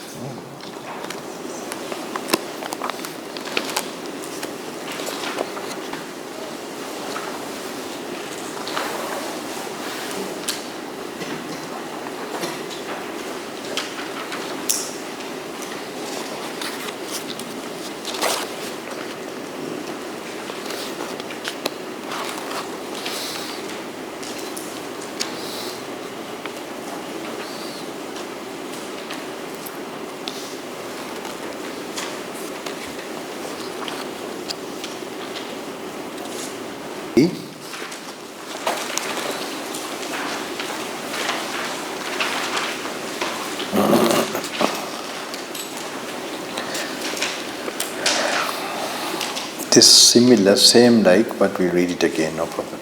Because whatever is not yours, abandon it. When you have abandoned it, that will lead to your welfare and happiness. And what is it because that is not yours? The eye is not yours. Abandon it. When you have abandoned it, that will lead to your welfare and happiness. The ear is not yours. The nose, the tongue, the body, the mind is not yours. Abandon it. When you have abandoned it, that will lead to your welfare and happiness. Suppose, because people were to carry off the grass, sticks, branches and foliage in this Jeta grove, or to burn them or to do with them as they wish, would you think people are carrying us off or burning us or doing with us as they wish? No, Venerable Sir. So for what reason? Because, Venerable Sir, what is neither ourself nor what belongs to ourself. So too, because the eye is not yours, the nose, the tongue, the body, the mind is not yours. When you have abandoned it, that will lead to your welfare and happiness. Now this is a nice important one. The last one, impermanent with a cause. Because the eye is impermanent, in 233, same page, because the eye is impermanent, the cause and condition for the arising of the eye is also impermanent. As the eye has originated from what is impermanent, how could it be permanent? Now here that cause is not told by the Buddha, but you know, eye is part of the body, okay? So eye is part of the body. So now eye, what is the cause of the eye? Cause and condition for the rising of the eye. Kamma and food. Okay? So kamma is a changing thing and food is definitely a changing thing. Okay? That's why we have to keep on giving food. So when it is the cause and condition for the rising of the eye is also impermanent. As the eye has originated from what is impermanent, how could it be permanent? So you have to go back, visualize that. Then only you can see the cause and effect. Okay? That is the focus you must get. That is a particular type of focus for that particular wisdom, that type of wisdom to happen. Because now you are getting used to the thinking of the Buddha's enlightened beings. The ear is impermanent, the nose, the tongue, the body, the mind is impermanent. The cause and condition for the rising of the mind is also impermanent. As the mind has originated from what is impermanent, how could it be permanent? Seen thus, because the instructed noble disciple experiences revulsion toward the eye, ear, nose, tongue, the body, the mind. Experiencing revulsion, he becomes dispassionate. Through dispassion, his mind is liberated. When it is liberated, there comes the knowledge, is liberated. He understands, destroyed his birth. So this is an arahant, okay? We read the next one also. Because the eye is suffering, the cause and condition for the rising of the eye is also suffering. As the eye has originated from what is suffering, how could it be happiness? The ear is suffering, the nose, the tongue, the body, the mind is suffering. The cause and condition for the rising of the mind is also suffering. As the mind has originated from what is suffering, how could it be happiness? Seeing thus, he understands there is no more for this state of being. Because the eye is non-self, the cause and condition for the rising of the eye is also non-self. As the eye has originated from what is non-self, how could it be self? The ear is non-self. The ear, nose, tongue, the body, the mind is non-self. You just think of it, the food and all that is outside just, like it's nothing there. You just take it, put it in, it makes up this body, okay? And we call this body especially, the food of course outside it doesn't look mine, but what is not mine makes this body, it also has to be no mine, no me, okay? If it depends on a thing that is not mine, then it cannot be mine. The ear is non-self. Because the eye is non-self, the cause and condition for the rising of the eye is also non-self. As the eye has originated from what is non-self, how could it be self? The ear is non-self, the nose, the tongue, the body, the mind is non-self. The cause and condition for the arising of the mind is also non-self. If you do this enough and you get a more focus, you begin to see everything happening from a distance. The whole thing you'll be observing with wisdom. Okay? But because it has to do with the reducing of your desires also, this will start to happen. But with so much desire, then it's difficult to sort of really practically let go.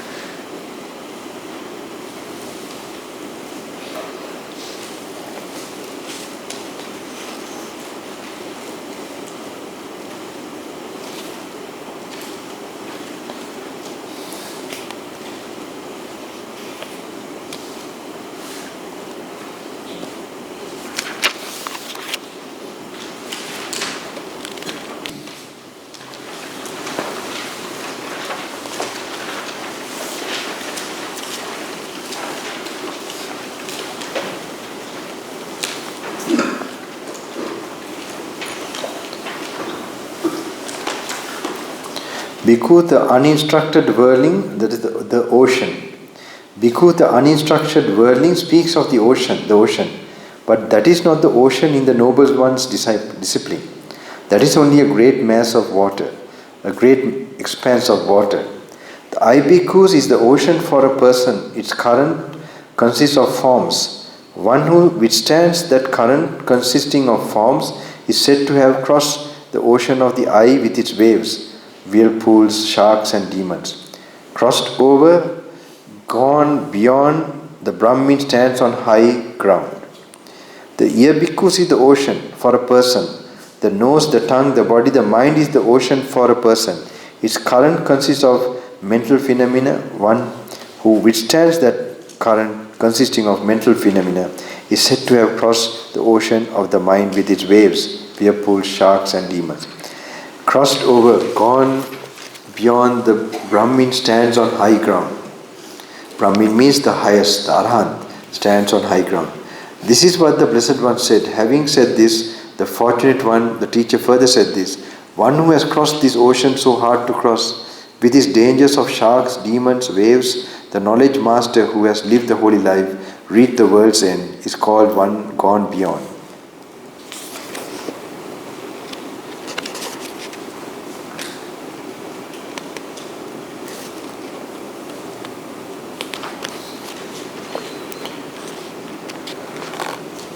Okay, 254.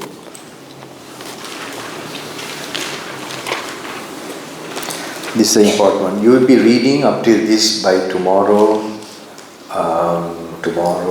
evening. Okay? Tomorrow evening until this page. Remember 254. Okay? This is a very good sutta also. On one occasion, the Venerable Sariputta and the Venerable Mahakotita were dwelling at Varanasi in the deer park of at Isipatana.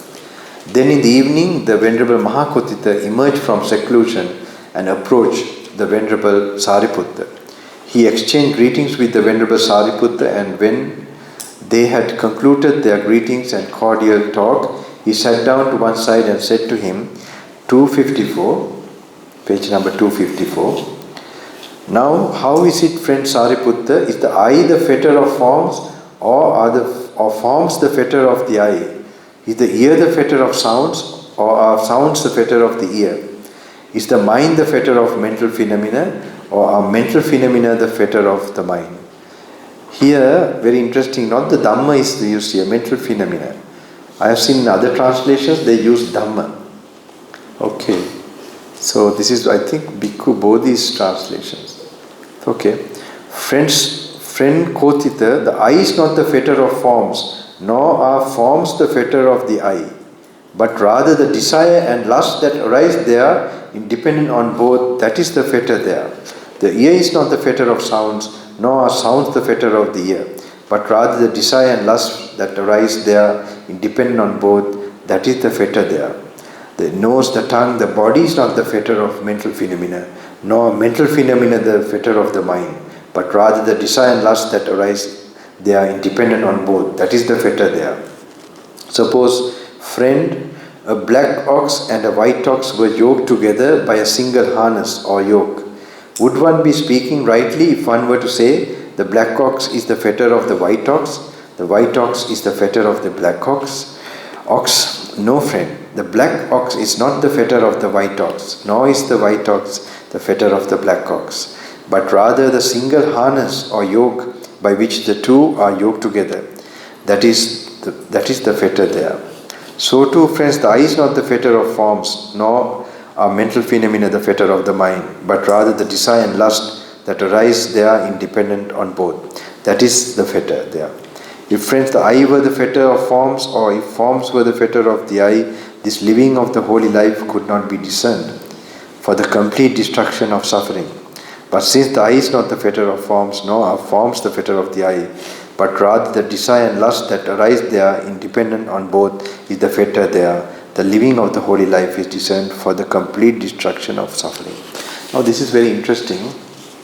I remember when I was a young yogi, before becoming a monk also, like when I used to pass through cities or towns where there are a lot of stimulation, I used to be very serious, like very intense, like not to look at anything and not to hear anything. So people who look from outside would think this, maybe I don't know what they would think. Maybe maybe he's meditating, or like they would think like that. So because even the impressions, I knew I would get those impressions. So I was very strict and really intense. So I happened to go to the forest with my, first as a layman also with my teacher there. I meditated for some time, long times, like months. And then as a monk also I, spent so many types of, in jungle and even Himalayas. Not before going to Himalayas, I remember going to different jungles as a young monk. So I happened to pass through the same city. This was where my parents used to stay, the second city in Sri Lanka called Kandy. So when I used to pass through that city, I found that I'm not that intense, but I'm going in a very, but I could see the impressions are not taking place. Then what has changed? The city has become more stimulating by the years have passed. But when you practice, when you do these things, there's something that happens to your consciousness. Because you have got more wisdom, more this thing, then it changes your, the way you'll be reacting. So there's not a problem with the objects or your eye. This is what is told here. So you can, even if you continue to practice more of these things, slowly you'll find you will lose desiring or things that will disturb you will be, it's not happening. Now even some things, to be a good example or to show the right way, I would do something. But I could see some people who have a lot of, they might have this problem or some attachments, so they worry. Sometimes, so for example, they may worry, they have so much desire for a certain type of food, for example. They might not serve that food to the monks. If they want to support, they feel like they want to support. But actually they are the ones who are having this problem. The monk will not have this problem.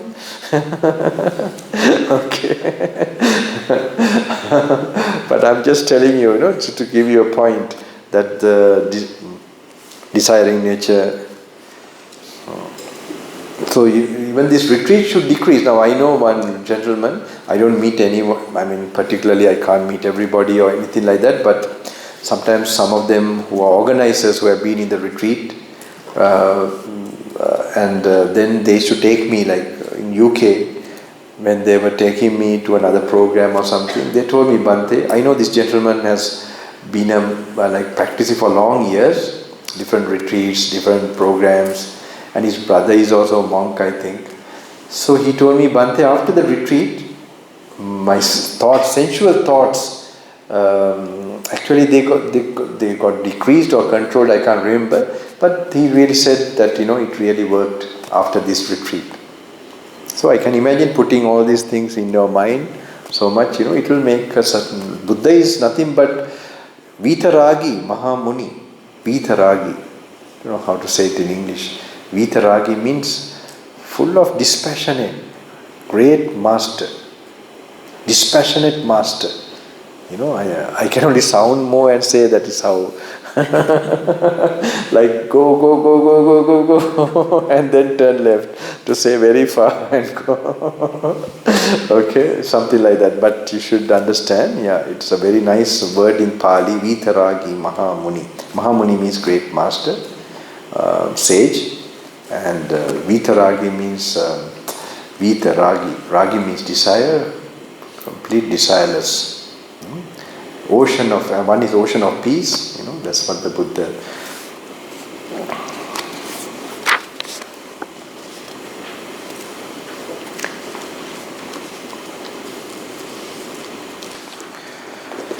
In the same one, 254, the same one, we will read the rest of the sutta. If, friends, the ear were the fetter of sounds, or if the sounds were the fetter of the ear, if the mind were the fetter of... Now, even as lay people, if you practice daily, okay, I know some people chanting before sleeping.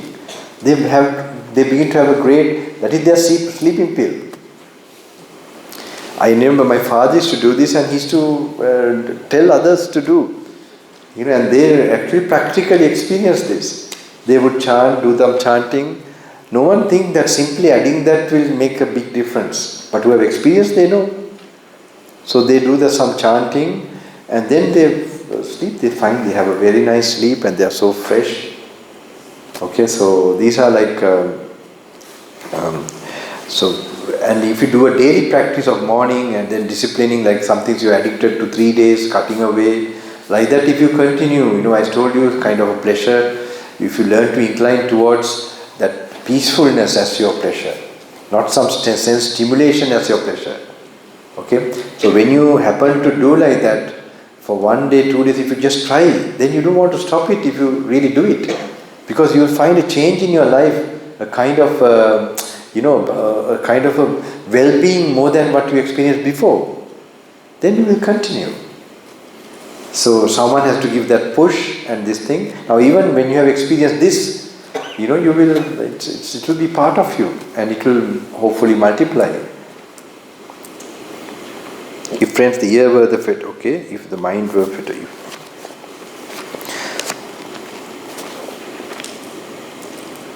If the mind were the fetter of mental phenomena, or if mental phenomena were the fetter of the mind, this living of the holy life could not be discerned for the complete destruction of suffering. But since the mind is not the fetter of mental phenomena, nor are mental phenomena the fetter of mind, but rather the desire and lust that arise there in dependence on both is the fetter there, the living of the holy life is discerned for the complete destruction of suffering. In this way too, friends, it may be understood how that is so. There exists the Blessed One, the I. The Blessed One sees a form with the I. This is about the Buddha. Okay? Yet there is no desire and lust in the Blessed One. The Blessed One is well liberated in mind. There exists in Blessed One the ear. The Blessed One hears a sound with the ear.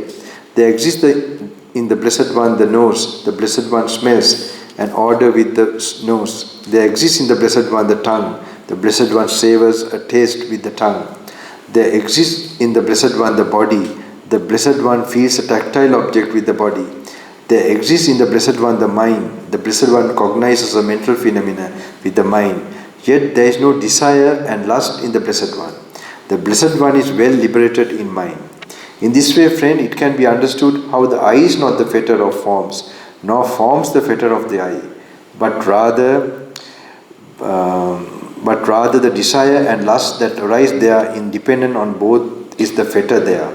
How the ear is not the fetter of the sounds, nor sounds the fetter of the ear.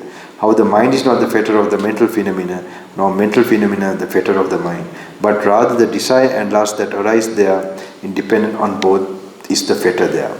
Now this, until this sutta, you might to read. Okay, now tomorrow morning you find you can contemplate and do, but say towards after tomorrow 10 or 11, okay, then you will have to, 11 say, then you will have to read fast, seeing. Until then you can contemplate and, do that exercise of how real way. Then if you don't find time, then you make sure you go fast reading. Okay, even if you don't understand, don't worry, like a mantra. Okay, there's something you will get in the retreat if you do that also. Okay, I'm trying to give you all the jewels that making maximum in this 5 days, short day. Okay.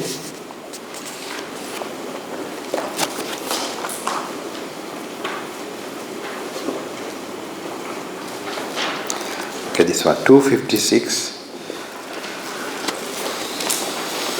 I know it's a little grilling thing, grill this sutta, this thing, but okay, I will. This is my main last lesson for you all in this, but tomorrow I have the parachute jump. Okay, are you all ready? By tomorrow, I will tell you why it's called parachute jump. Okay, so 256. On one occasion, 256, Udai. On one occasion, the Venerable Ananda and the Venerable Udai were dwelling at Kosombi in Gosita Park. Then in the evening, the Venerable Udai emerged from seclusion and approached the Venerable Ananda. He exchanged greetings with the Venerable Ananda, and when they had concluded their greetings and cordial talk, he sat down to one side and said to him, "Friend Ananda, in many ways the nature of the body has been declared, disclosed and revealed by the Blessed One thus. For such a reason this body is non-self. Is it possible to explain the nature of this consciousness in similar way? To teach, proclaim, establish, disclose, analyze and elucidate it thus? For such a reason this consciousness is non-self? It is possible, friend Udai. Doesn't I consciousness arise independent on the I and forms? Yes, friend. If the cause and condition for the rising of I consciousness would cease completely and totally without remainder, could I consciousness be discerned? So that's a nice way again. Okay? Say, you know that I consciousness arises dependent on the I and forms. So I and form is the body. Okay? So the body you can contemplate and it looks very obvious sometimes that it's not your body. You can see its change from what you were small and then how you are when you grow, and like that so many ways. So when you begin to notice the body is not you, now you think of it now, without the I and the forms, can consciousness arise in empty space, for example? It can't. It depends on that. So what it depends on, if it is not you, then the consciousness also is not you. So in consciousness only we experience this is my mother, my father, my family. This is the sense world consciousness we are having. Okay? So in your meditation, if you manage to meditate and get samadhi in the morning with metta or something, there you are going to the deva or more higher, sublime, maybe Brahmaloka level of consciousness, where there is no male, female, no colors, forms. That is the type of samadhi, if you get samadhi. Okay, but that's also consciousness. But that also depends on what? The brain or the mind they call it, and mental phenomena. Okay, that visualizing, all that is mental phenomena. So if you take that, it also depends on a body. So even that is not yours because that is also impermanent. It depends on a non-self body. Okay, so this is a very nice way, because difficult to observe consciousness as not self. It looks really self. It's fast changing to one to another. It looks like a one stream. Okay, like a light beam also, it looks like one beam. It's not, when we study closely, we know that it's the packets of energy, okay, packets of light. If the cause and condition for the rising of consciousness would cease completely and totally without remainder, could I consciousness be discerned? No, friend. In this way, friend, this has been declared, disclosed, and revealed by the Blessed One thus. For such a reason, this consciousness is non-self. Doesn't ear consciousness arise and depend on the ear and sounds? Doesn't mind consciousness arise and depend on mind and mental phenomena? Yes, friend. If the cause and condition for the rising of mind consciousness would cease completely and totally remain without remainder, could mind consciousness be discerned? Now in this case, you can say coma and in a situation like that. Okay? So but the karma is there. So the potential for consciousness to arise is still there. So because of that is there. So after the karma is finished, the being will get, if he has good karma, then he will get where the mind will become, the mind consciousness will start to work again. No, friend. Then in this way too, friends, this has been declared, disclosed and revealed by the Blessed One thus. For such a reason, this consciousness is not self. Suppose, friends, a man needing hard food, seeking hard food, wandering in search of hard food, would take a sharp axe and enter a forest. There he would see the trunk of a large plantain tree, straight, fresh, without a fruit bud core. He would cut it down at the root, cut off the crown, and unroll the coil. As he unrolls the coil, he he would not find even soft food, let alone hard wood. So too bhikkhus does not recognize either a self or anything belonging to a self in the 6 bases for contact. Since he does not recognize anything thus, he does not cling to anything in the world. Not clinging, he is not agitated. Being unagitated, he personally attains Nibbana. He understands, destroyed his birth. The holy life had been lived. What had to be done had been done. There is no more for this state of being. This is a very nice sutta. In your walking meditation, you can think more. Okay, 260.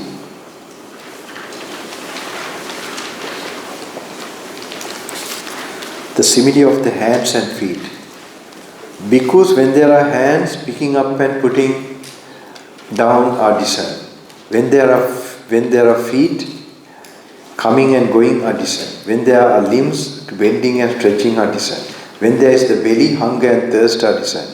So too bhikkhus, when there is the eye, pleasure and pain arise internally with eye contact as condition. When there is ear, pressure and pain arise internally with ear contact as condition. When there is mind, pressure and pain arise internally with mind contact as condition. When bhikkhus there is no hands, picking up and putting down are not discerned. When there are no feet coming and going are not discerned. When there is no limbs bending and stretching are not discerned. When there is no belly, hunger and thirst are not discerned. So too bhikkhus, when there is no eye, no pressure and pain arise internally with eye contact as condition. When there is no ear, no pressure and pain arise internally with ear contact as condition. When there is no mind, no pressure and pain arise internally with mind contact as a condition.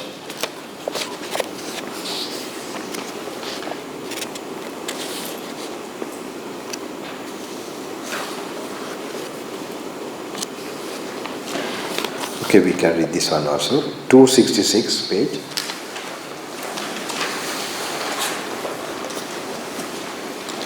On one occasion, 266, on one occasion the Blessed One was dwelling at Kosambi on the bank of the river Ganges. The Blessed One saw a great log being carried along by the current of the river Ganges. And he addressed the bhikkhus thus, "Do you see, bhikkhus, the great log being carried along by the current of the river Ganges?" "Yes, Venerable Sir.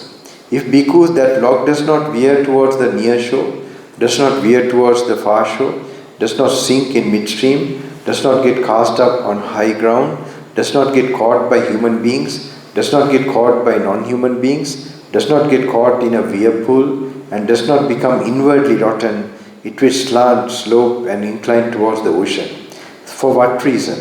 Because the current of the river Ganges slants, slopes and inclines toward the ocean. So too bhikkhus, if you do not veer towards the near shore, do not veer towards the far shore, do not sink in midstream, do not get cast up on high ground, do not get caught by human beings, do not get caught by non-human beings, do not get caught in whirlpool, and do not become inwardly rotten, you will slant, slope and incline towards Nibbana. For what reason? Because right view slants, slopes and inclines towards Nibbana. When this was said, a certain bhikkhu asked the Blessed One, "What, Venerable Sir, is the near shore? What is the far shore? What is the sinking in midstream? What is getting cast upon high ground? What is getting caught by human beings? What is getting caught by non-human beings? What is getting caught in whirlpool? What is inward rottenness?" The near shore bhikkhu, this is the designation for 6 internal sense bases. The far shore, this is the designation for the 6 external sense bases. Sinking in midstream, this is the designation for delight and lust. Getting cast up on high ground, this is the designation for the conceit, I am. And what bhikkhu is getting caught by human beings? Here someone lives in association with lay people. He rejoices with them and sorrows with them. He is happy when they are happy and sad when they are sad. And he involves himself in their affairs and duties. This is called getting caught by human beings. And what bhikkhu is getting caught by non-human beings? Here someone lives the holy life with aspiration to be reborn in a certain order of devas, thinking by this virtue or vow or austerity or holy life I will become a deva or one among the devas. This is called getting caught by non-human beings. Getting caught in a whirlpool, this bhikkhu is a designation for the 5 cords of sensual pleasures. And bhikkhu is inward rottenness. Here someone is immoral, one of evil character, of impure and suspect behavior, secretive in his acts, no ascetic though claiming to be one, not a celibate though claiming to be one, inwardly rotten, corrupt, deprived. This is called inward rottenness. Now the other part is there. We are now on that occasion, the cowherd Nanda was standing near the Blessed One. So Buddha instructs him something. His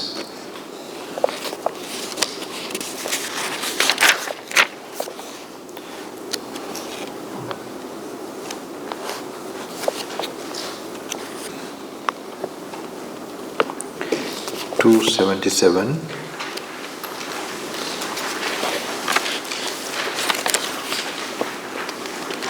Because if any bhikkhu or bhikkhuni desire or lust or hatred or delusion or aversion of mind should arise in regard to forms cognizable by the eye, such a one should rein in the mind from them. Thus, this path is fearful, dangerous, strewn with thorns, covered by jungle, a deviant path, an evil path, the way beset by scarcity. This is a path followed by inferior people. It is not the path followed by superior people. This is not for you. In this way, the mind should be reined in from these states regarding forms cognizable by the eye. So too regarding sounds cognizable by the ear, regarding mental phenomena cognizable by the mind. Suppose bhikkhus that the barley has ripened and the watchman is negligent. If a bull fond of barley enters the barley field, he might indulge himself as much as he likes. So too bhikkhu, the uninstructed worldling, who does not exercise restraint over the 6 bases for contact, indulges himself as much as he likes in the 5 chords of sensual pleasure. Suppose bhikkhus that the barley has ripened and the watchman is vigilant. If a bull fond of barley enters the barley field, the watchman would catch hold of him firmly by the muscle. While holding him firmly by the muscle, he would get a secure grip on the locks between his horns, and keeping him in check there, would give him a sound beating with his staff. After giving him that beating, he would drive the bull away. This might happen a 2nd time and a 3rd time. Thus that bull fond of barley, whether he has gone to the village or the forest, whether he is accustomed to standing or to sitting, remembering the previous beating he got from the staff, would not enter that barley field again. So too bhikkhus, when bhikkhu's mind has been subdued, well subdued regarding the 6 bases for contact, it then becomes inwardly steady, settled, unified and concentrated. Suppose bhikkhus there was a king or a royal minister who had never before heard the sound of a lute. He might hear the sound of a lute and say, "Good man, what is making this sound? So tantalizing, so lovely, so intoxicating, so entrancing, so enthralling." They would say to him, "Sire, it is a lute that is making this sound, so tantalizing, so lovely, so intoxicating, so entrancing, so enthralling." He would reply, "Go man, bring me that lute." They would bring him the lute and tell him, "Sire, this is that lute, the sound of which was so tantalizing, so lovely, so intoxicating, so entrancing, so enthralling." The king would say, "I have had enough with this lute, man, bring me just that sound." The men would reply, "This lute, sire, consists of numerous components, of a great many components, and it gives off a sound when it is played upon with its numerous components. That is independent on the parchment or sounding board, the belly, the arms, the head, the strings, the plectrum, and the appropriate effort of the musician. So it is, sire, that this lute consisting of numerous components, of a great many components, give off a sound when it is played upon with its numerous components." The king would split the lute into 10 or 100 pieces. Then he would reduce these to splinters. Having reduced them to splinters, he would burn them in fire and reduce them to ashes. And he would winnow the ashes in a strong wind, or let them be carried away by the swift current of a river. Then he would say, "A poor thing indeed, sir, is this so-called lute, as well as anything else called a lute. how the multitude are utterly headless about it, utterly taken in by it. So too bhikkhus, a bhikkhu investigates form to the extent that there is range for form. He investigates feeling to the extent that there is range for feeling. He investigates perception to the extent that there is range for perception. He investigates volitional form. This is the 5 khandhas. Okay? 5 khandhas you try to, that is body.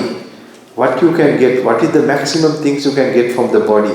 Like that if you keep on thinking, you'll find how meaningless, how fleeting things only you will get from that. If you keep on investigating or thinking deeply about whatever feeling, like you get a lot of money for example. Okay, if you have experienced more meditation or some things that goes beyond the 5 senses, that pleasures of peacefulness, when you get money, you feel that what can you do with that money? Maybe you can do some puja or give some donation, that's all you can do, because you have learned not to enjoy from 5 senses, and that you have get a higher experience of peacefulness and like feeling when your desires are less, the joy you get, when you have the desiring nature less. Okay? So extent that there is a range for perception. He investigates volitional formations to the extent that there is a range for volitional formations. He investigates consciousness to the extent that there is a range for consciousness. As he investigates form to the extent that there is a range for form, conscious to the extent that there is a range for consciousness, whatever notions of I or mine or I am had occurred to him before no longer occur to him.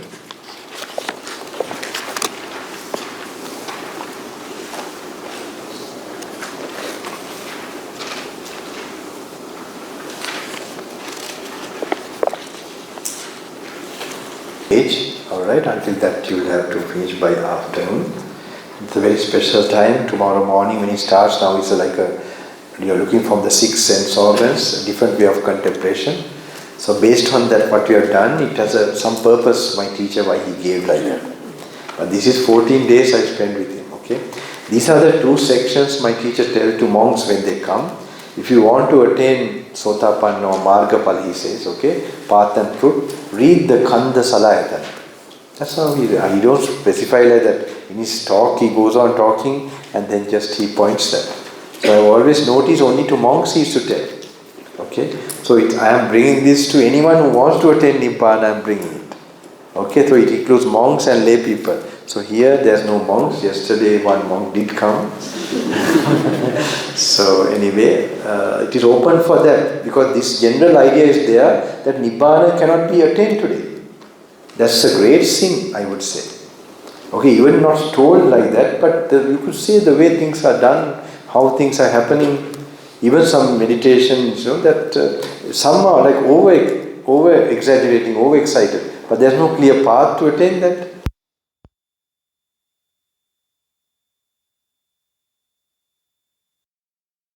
You have enough facilities, everything is there, you have health, you have a roof, you have food, it's not a famine or some war situation.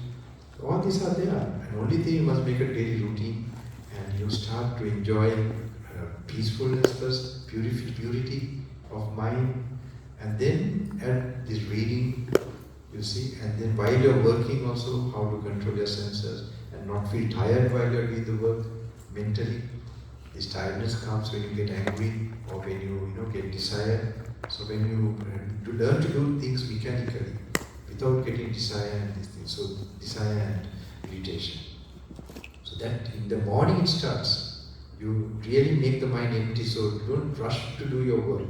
So when you get that taste, that peacefulness in the morning, then you know automatically when you go out of track or So you can walk peacefully, drive peacefully, and start to do work, everything. You have to raise your consciousness to a higher level, otherwise it won't be practical. You wait for when you have free time to do these things, it will continue and you will not experience those peaceful, you are not waiting for some day to achieve this, you are already experiencing it. That's how it will be. So I have some questions, somebody has sent some questions. Actually I am not in the habit of getting set up, then I will try to give you some. So, because this is like with other meditation masters or teachers, they are used to giving, writing. So, sometimes Sri Lanka also they send me written. What is this? Anyway, I'll answer. It's not a big deal. Thank you for. I don't know whether they are given me permission to. But how am I going to communicate with you? What did you expect in your dream? Thank you for conducting the retreat. Okay, it's a good point. They all have good questions. That's why I told them, give me, I will answer. Because it is logical not to seek delight, gratification in sensual pleasures as they are fleeting in nature and not lasting. However, many lay people, especially when facing suffering, good point. Boredom, stress at work, will seek delight in sensual pleasure. For example, go for travel overseas, have a sumptuous dinner, etc. There are nice people, some who have cancelled their cruise. I don't know if it was in Australia. They have earned money and all that just to come for the retreat. So many like that, I see how they have done the right thing. For example, go for travel overseas, have a sumptuous dinner, etc. Yes, I suppose this is very understandable and natural, that they do not know any high happiness, correct? Yeah. That's the Buddha says in one sutta, actually explains this. The normal Puthajjana, the worldly natured person, tries to escape suffering through another sensual pleasure. You can notice this very much, Like, I don't know, if you go in one of the private buses, many years back as a lay person, when the driver is very tired, when the driver is tired, he will search for the music. He'll put the music. That means he's tired, that while he's driving. Okay, so it's no question. Okay, that's the other side.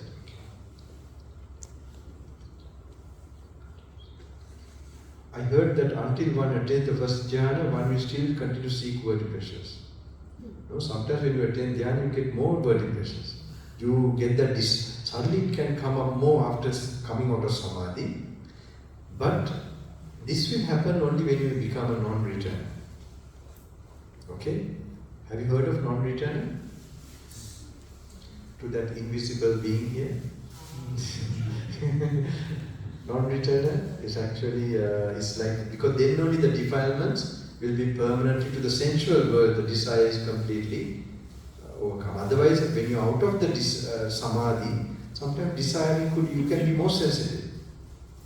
That can happen. Okay? I heard that until one attains the first dhyana, one will still continue. But of course, you get some idea of, really it makes a big shift because you see an alternative to sense pleasures. Okay, that is a good experience. It will definitely make you to see a higher pleasure with experience. However, the happiness derived from jhana will surpass the worldly happiness and stop the yearning of sensual pleasures. To some extent, yes. As such, can Bhante teach us, for this point only, all this about dhyana. As such, can Bhante teach us how we can attain the dhyana, please? Thank you, Sadhu. Sadhu also I was there. Actually, I have not come to teach dhyana, but you are experiencing in the morning, you are getting that opportunity, that energy, like a dhyana type of energy, you are getting it. And all the time I'm going after the program, you are getting some samadhi energy. Okay? I'm not there to give you that, but it's my nature too, after practicing for so long in the samadhi part. So, that other way is sense control and mindfulness of the present moment, your steps, your movements. I can see some, it's not easy at once that you just rush to this thing with the book, it was like in the office or at home how you are doing it. You have to remind again and it doesn't matter, don't worry. You're reading the book, you're in the most important thing. But you can improve your experience of the book also. You can also get some opportunity maybe to get even samadhi. If you have that paying attention, like remind yourself, let me watch when I'm standing up, like from outside. Let me watch when I'm moving pay more attention. But do it in a relaxed way. Don't make it like, very stressed and you can't, you'll have a nervous breakdown. Okay, just try to get that. So you have to just try a little bit that, okay? So it's not like you're going slow motion. No, it's not. It will not last long. Something will happen doing that. Because if you make it so make it natural, but try to remind yourself to pay attention, just to see the flow at least. Just to hear the sounds that you're hearing. Like that you start to bring your attention to the present moment. Okay?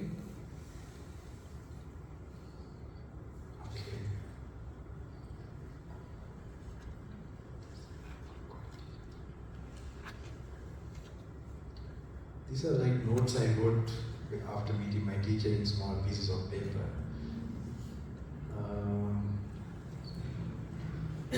Five now refers to the understanding of the origins. Now you will escape the case. Bottom page. Which one? This is a reference to something. I won't have time for, let me see. To do that kind of, Bhante, what are the difference in Upekkha from, okay, this one I quickly answer. What are the difference in Upekkha from Brahma Virana, Jhana, fourth absorptions, 7 factors of enlightenment, or are they the same practice? Other one is got from wisdom. Okay, when you attain wisdom also you get, that is Bojjhanga, the enlightenment factor. Other one through Samadhi. Okay, equanimity means, Upekkha means a kind of neutral feeling again. So you are getting a neutral feeling. So it has similar this thing of, but the way it is got is different only in these two.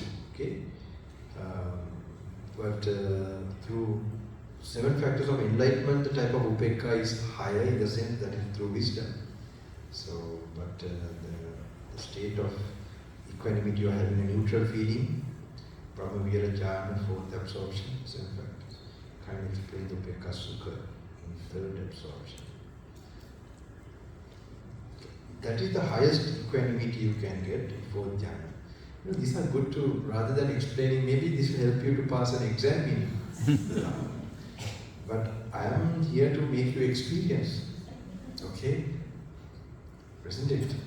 Do you think I am someone who is coming with some kind of only like a lecturer? Do you feel as a way? No. Okay? It's good you have asked good questions. But rather than explaining how to get Upekkha Sukha, why not experience it? Then you know you can't actually explain it, tell you honestly. It is infinite. The first jhana also is an infinite. You can experience it, but you can't. If someone is explaining, that means the person who is explaining has not realized it also. What you have to experience, if you explain, that means you can, that's the way to know. So I have told you how you can get it. Be mindful in the present moment. Don't look at the details. Okay, do these things, then you will be getting these things. Okay.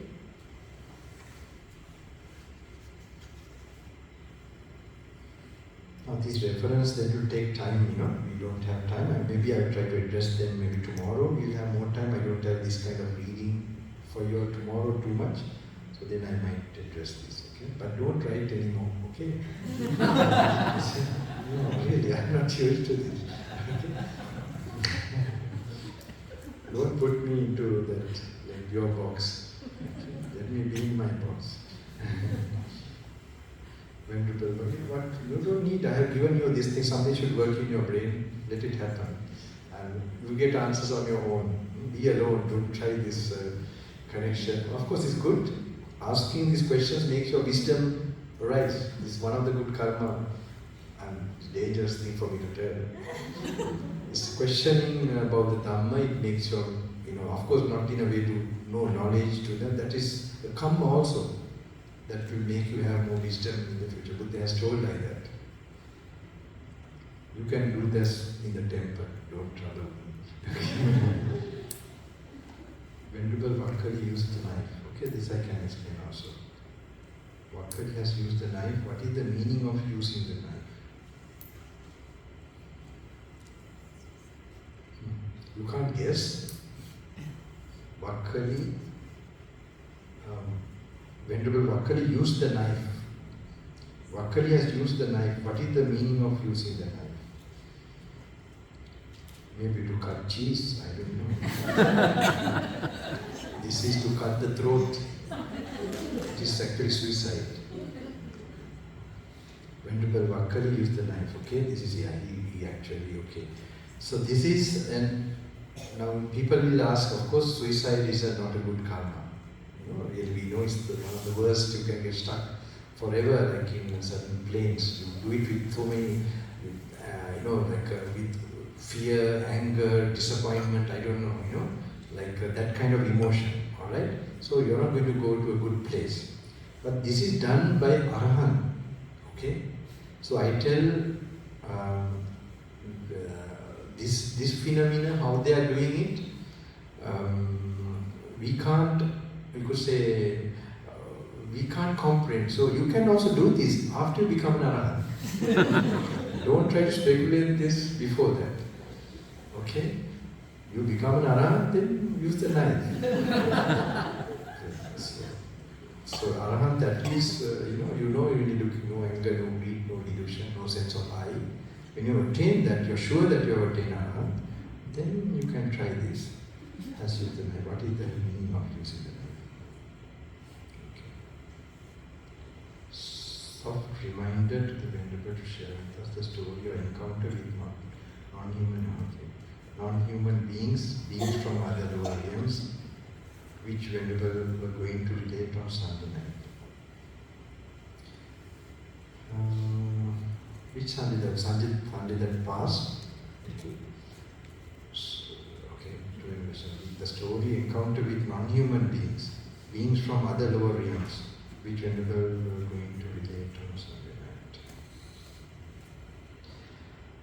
I can tell, maybe tomorrow we'll see, because if we have time, okay? I will talk about that if you like. Why not Venerable say just now?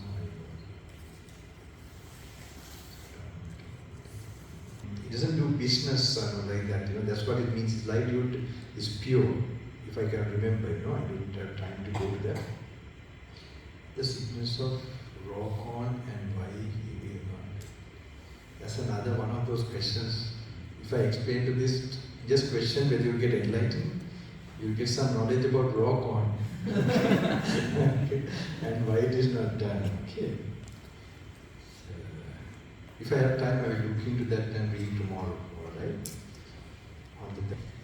So then, normally you see, now we read so many suttas, we see we analyze the cause and effect. Okay? This is the main way how you get more awareness of impermanence or realization. You consider what is, you normally just see, you just accept the idea of impermanence. Okay? But you now add to that, why should it be impermanent? That's why where you learn to question, and then you say, okay, then Buddha also tells, because it is conditioned by impermanent thing, impermanent cause, then this has to be impermanent. Like that you follow, like you learn, that kind of thinking you have to develop, okay?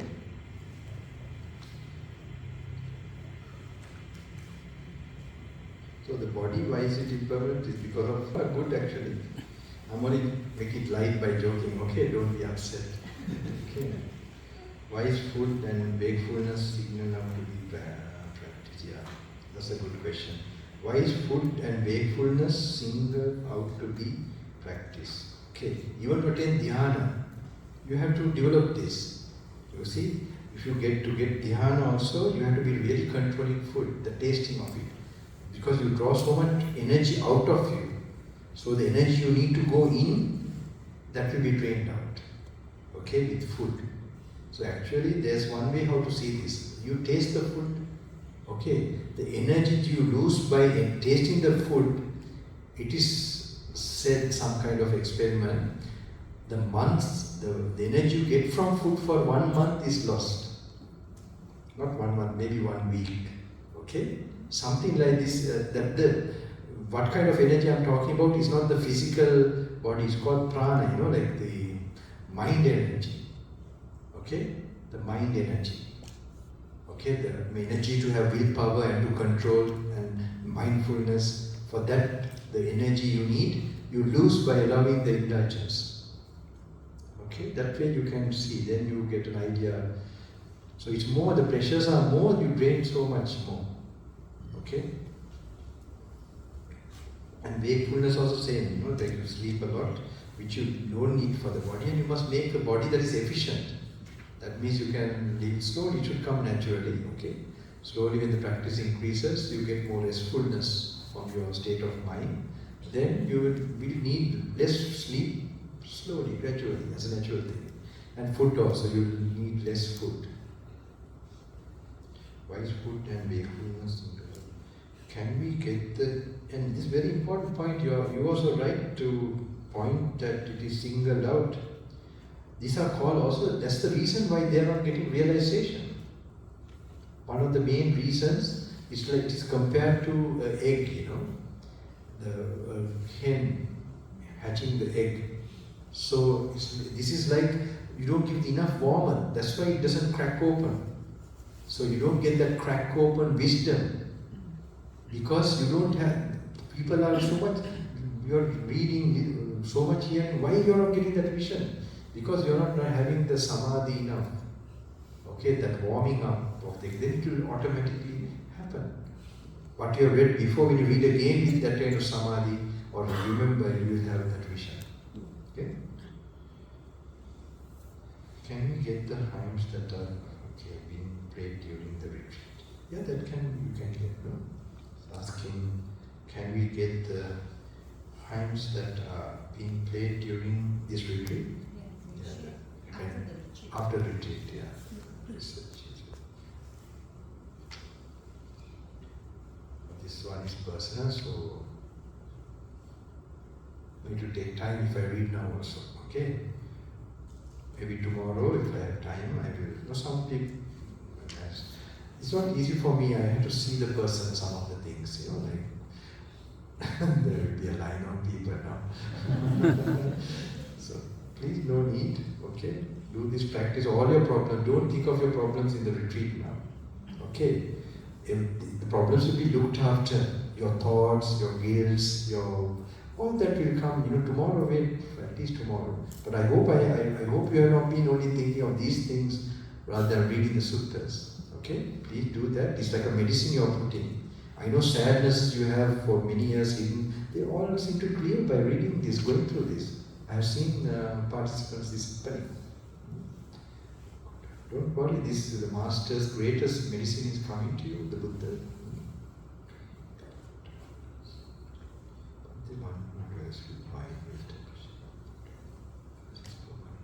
I forget people I meet.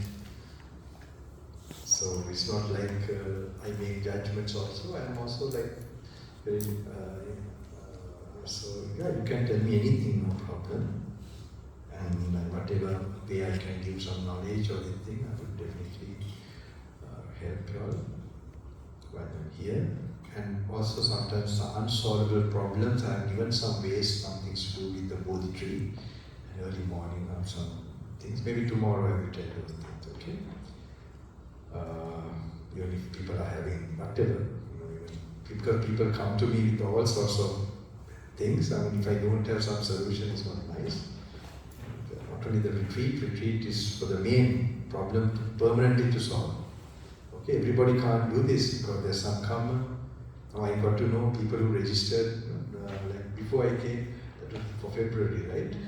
There's so many, I think, and there's some of them are sick, and now this time. So I also got this thing. So how difficult the karma is.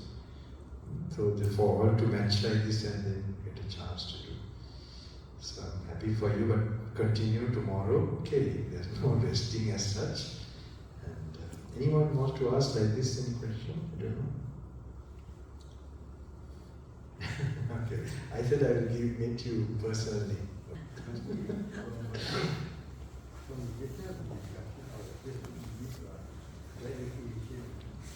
You have to give him the mic, and yes. But I can see you getting calm and some system changing. Nama Rupa. Nama Rupa is mind and bodily processes. So before Buddha entered Parinibbana, Ananda asked him, Venerable Sir, if you enter Parinibbana, who is going to be our great teacher? Buddha says, your teacher is the Dhamma. Why he says that? Because all physical and mental phenomena are impermanent. Vaya Dhamma Sankhara Apamadena Sampadena. Thank you. Correct, sir, correct. And Dhamma is universal. Even and all the Buddhas, whatever Buddha will appear, he will be proclaiming the same Dhamma, the same nature. The physical and mental, all yes, definitely. But may I have a question to ask you? Yes. What if you have somebody who is schizophrenic and they cannot concentrate on Can you repeat again, sorry? What if a person is having schizophrenia? Schizophrenia, Okay, or something like that. Yeah. And they cannot concentrate on reading the suttas or the words of the Buddha, then what is the best way to assist them? Understand. The very fact that they were able to come or take part shows some strong karma. They would have been blocked even before that for them to enter this thing. Actually, I have asked in the application form also, there could be karmic karmic diseases, that there's a reason for that. But I also tell, even if the application is like that, if they can physically come, that itself is a, they think that they are okay to come for this.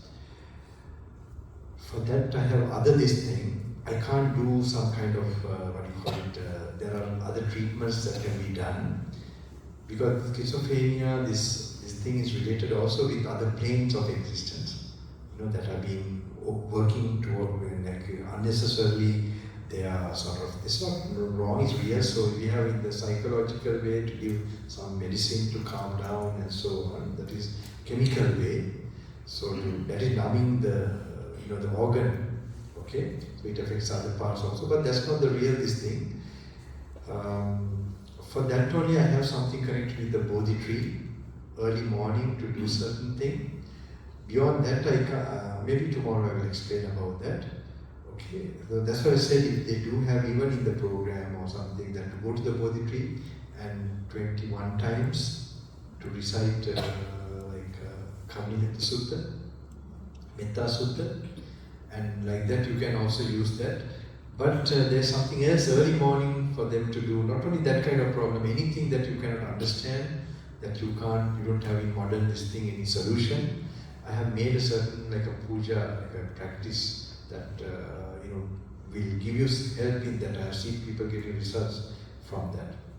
So that can be done, but then with that they will be directed to another kind of thing that can give them a solution for that. But those solutions I can't do as a monk. You understand? Maybe something definitely will start to work to clear those disturbances also. So such a person, if they can't read the sutta, also can't concentrate, then you can. It's good to chant a certain mantra in the morning and the evening. Buddho Bhagavati. One like 108 times Buddho Bhagavati. Buddho Bhagavati 108 times, and in the evening also 108 times Buddho Bhagavati. Okay, and if they can chant this, it will give them something immediately. But in the morning, early morning, there's something they can do. Or if someone who is a close person, a loved one, who is looking after, they also can do on behalf of. But that I don't want to tell it here. Maybe tomorrow better, because they are in another kind of practice. So this is a kind of puja or something, so that tomorrow maybe I'll tell, okay? I hope to get my friend in to join the short retreat. Sorry? But I hope to get a friend in to join a retreat. However, she couldn't make it.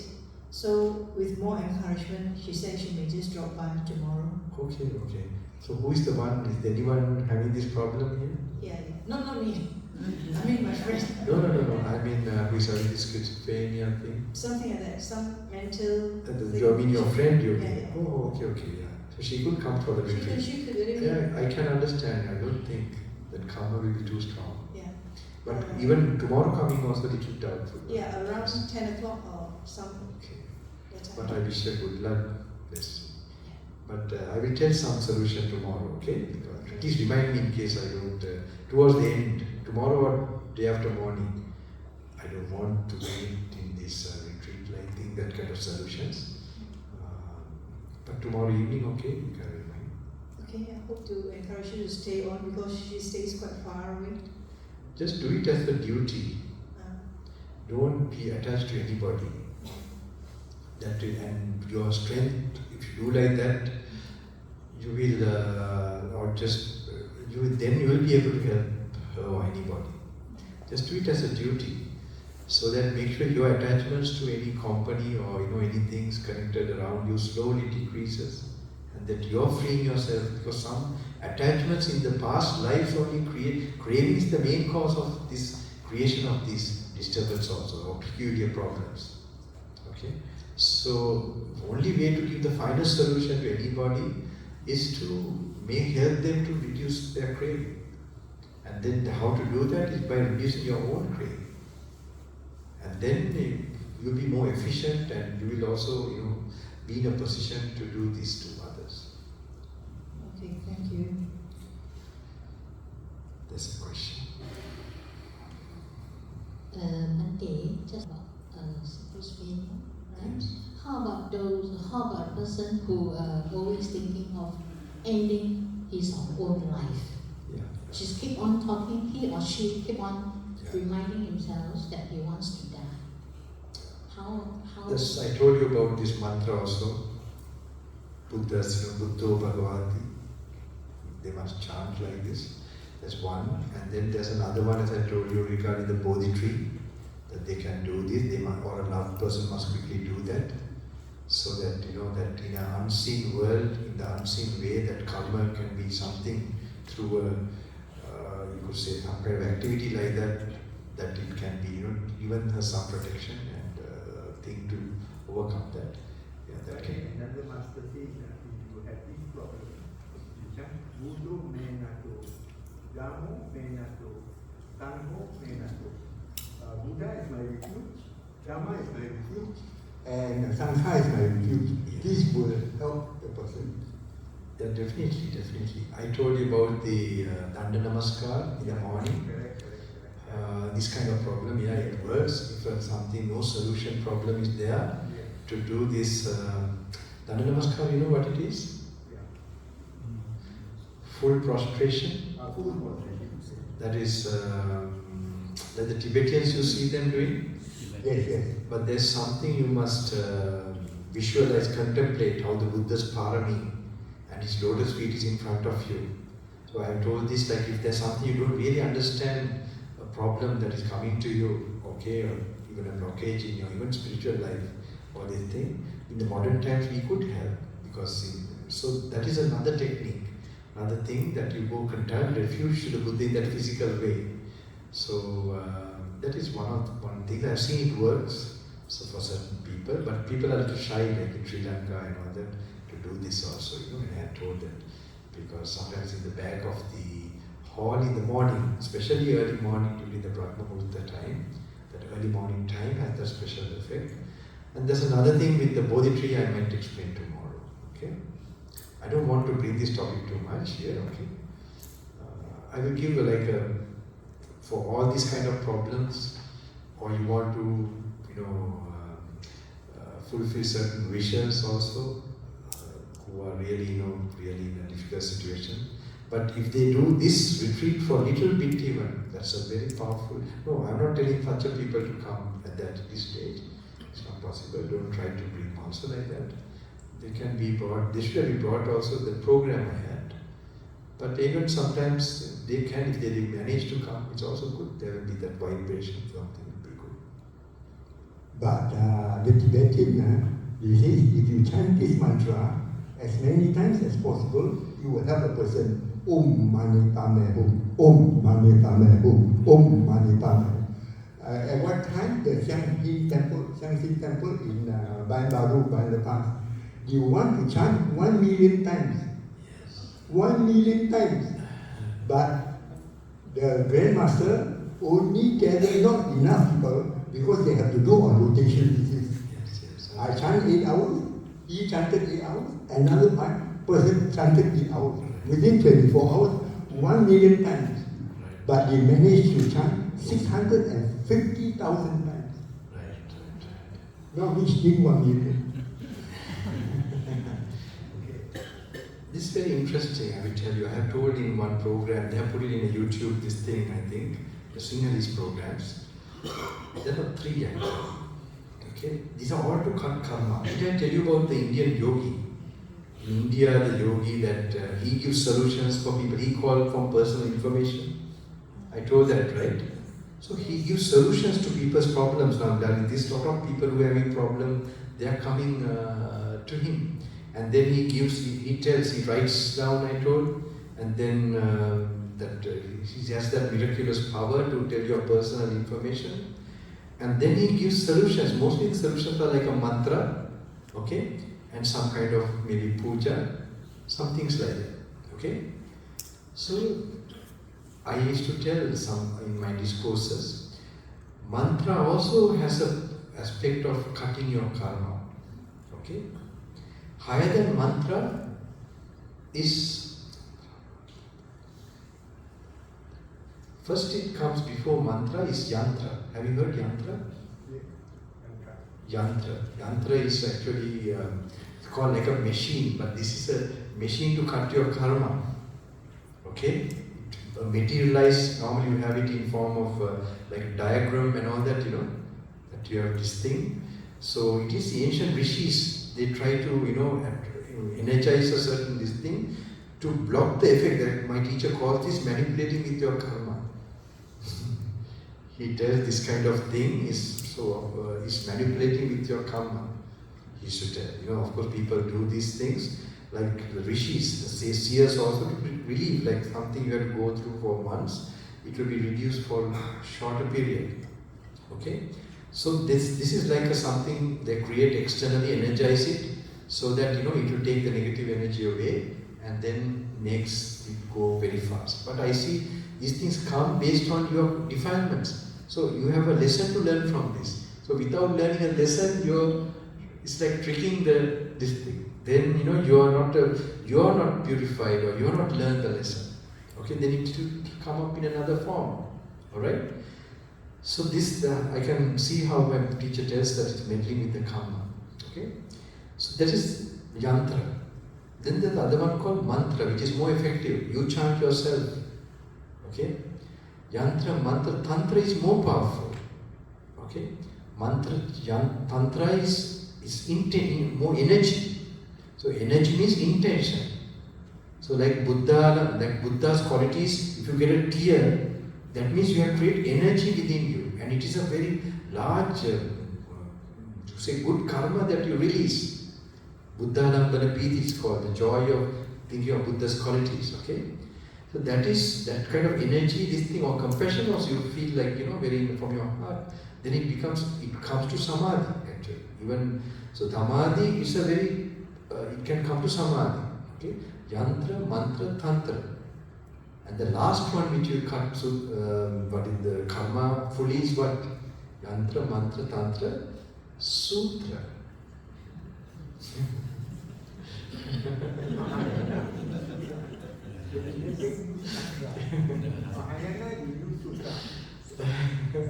The sutra is not by chanting, it's by getting the wisdom mind. Okay? The Mahayana use the Heart Sutra to get the wisdom mind.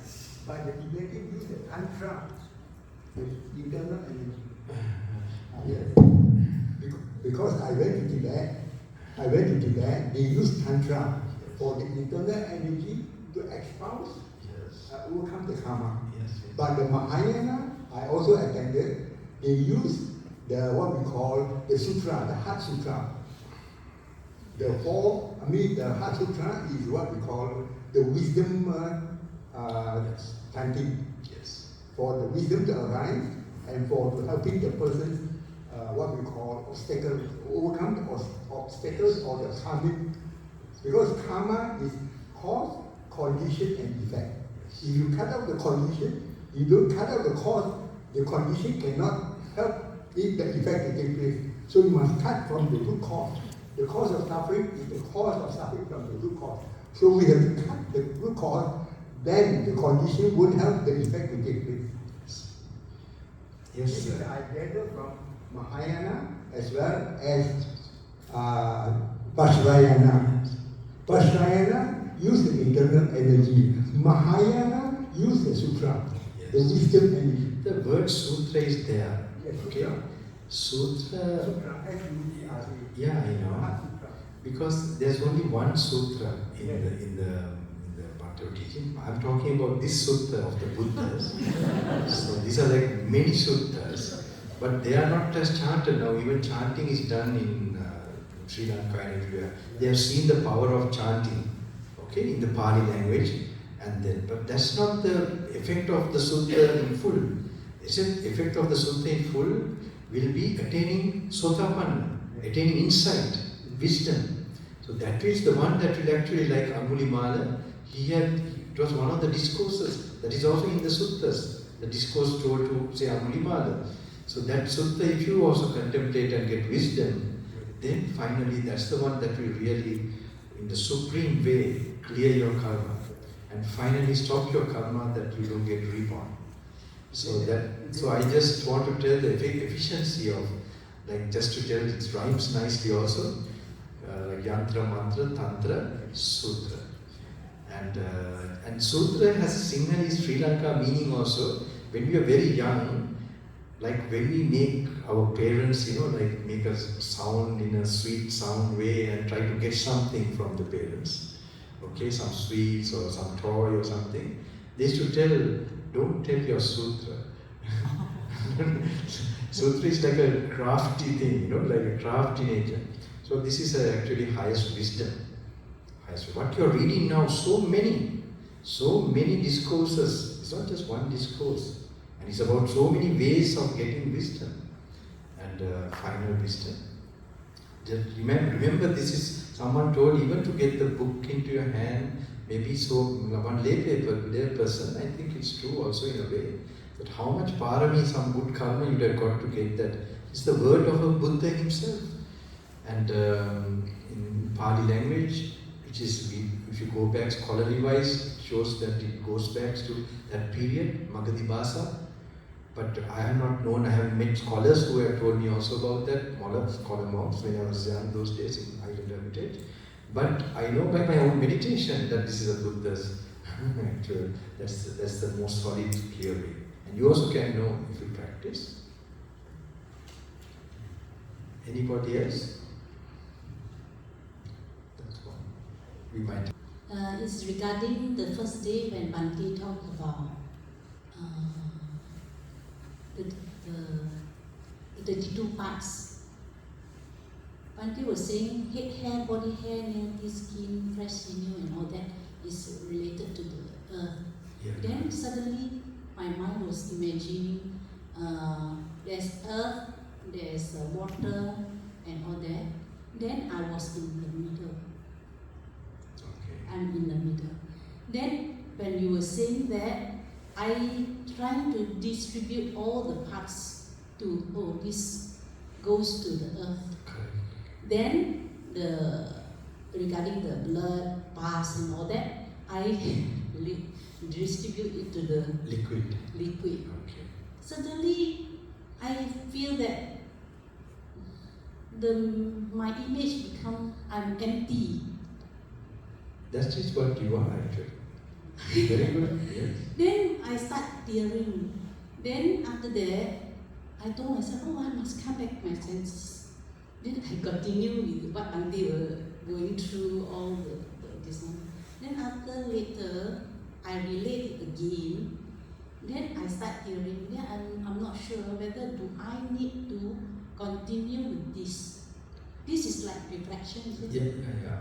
I can see you're getting samadhi also, like you getting good focus, so you can easily do the contemplation makes sense to you very easily. So yeah, you can do that.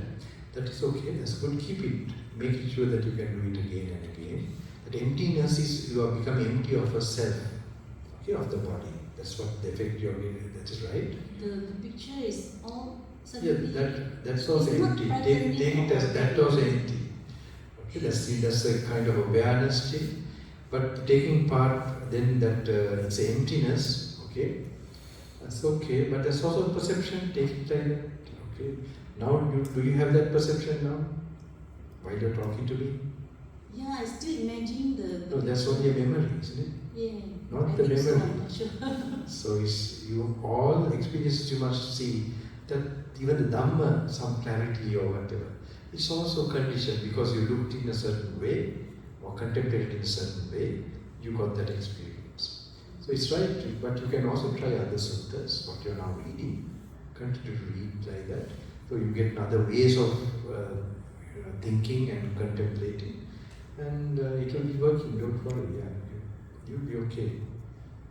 But it's like sunya. Don't name it. Not frightening. It's just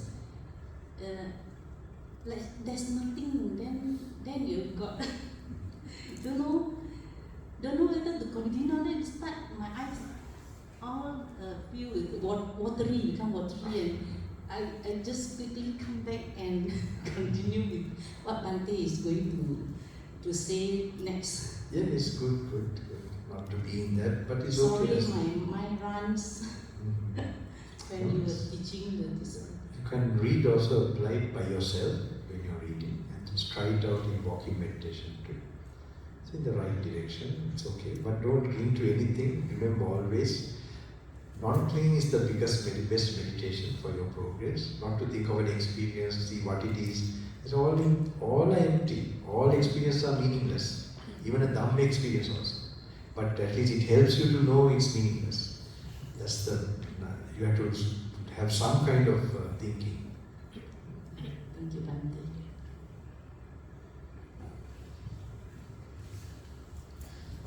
So I think we can today.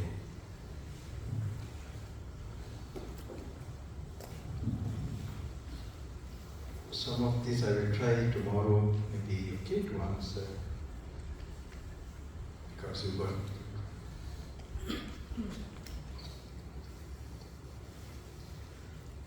So I'm glad for your practice, okay? Keep silence, I'm sure now you are in a different mode. Tomorrow morning you can do some more contemplation, and then tomorrow afternoon, let's see, only after like 10, 11. 10, 11 you have to, no, 12, like 11:30, 12, you have to fasten, okay, to the afternoon. If you find you are not, you see how you can manage, how to cover that number of pages I have told you, okay? Just read, if you don't understand, just beginning try to understand and do that with your walking meditation or sit and just try to apply these things, but later on when you don't find time, then you must rush, okay?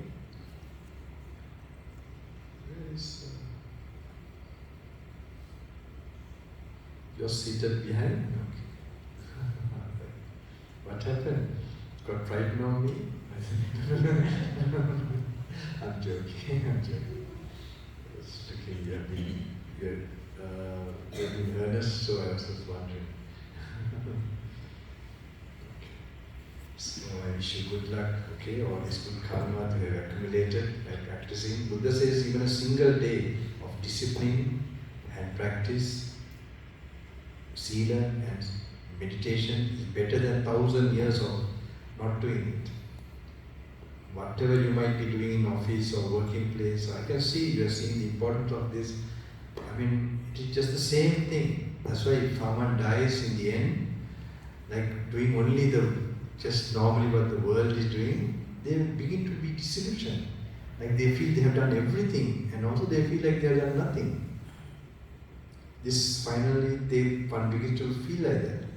But here, to get some experience of that, like someone asked one question, what is the meaning of life?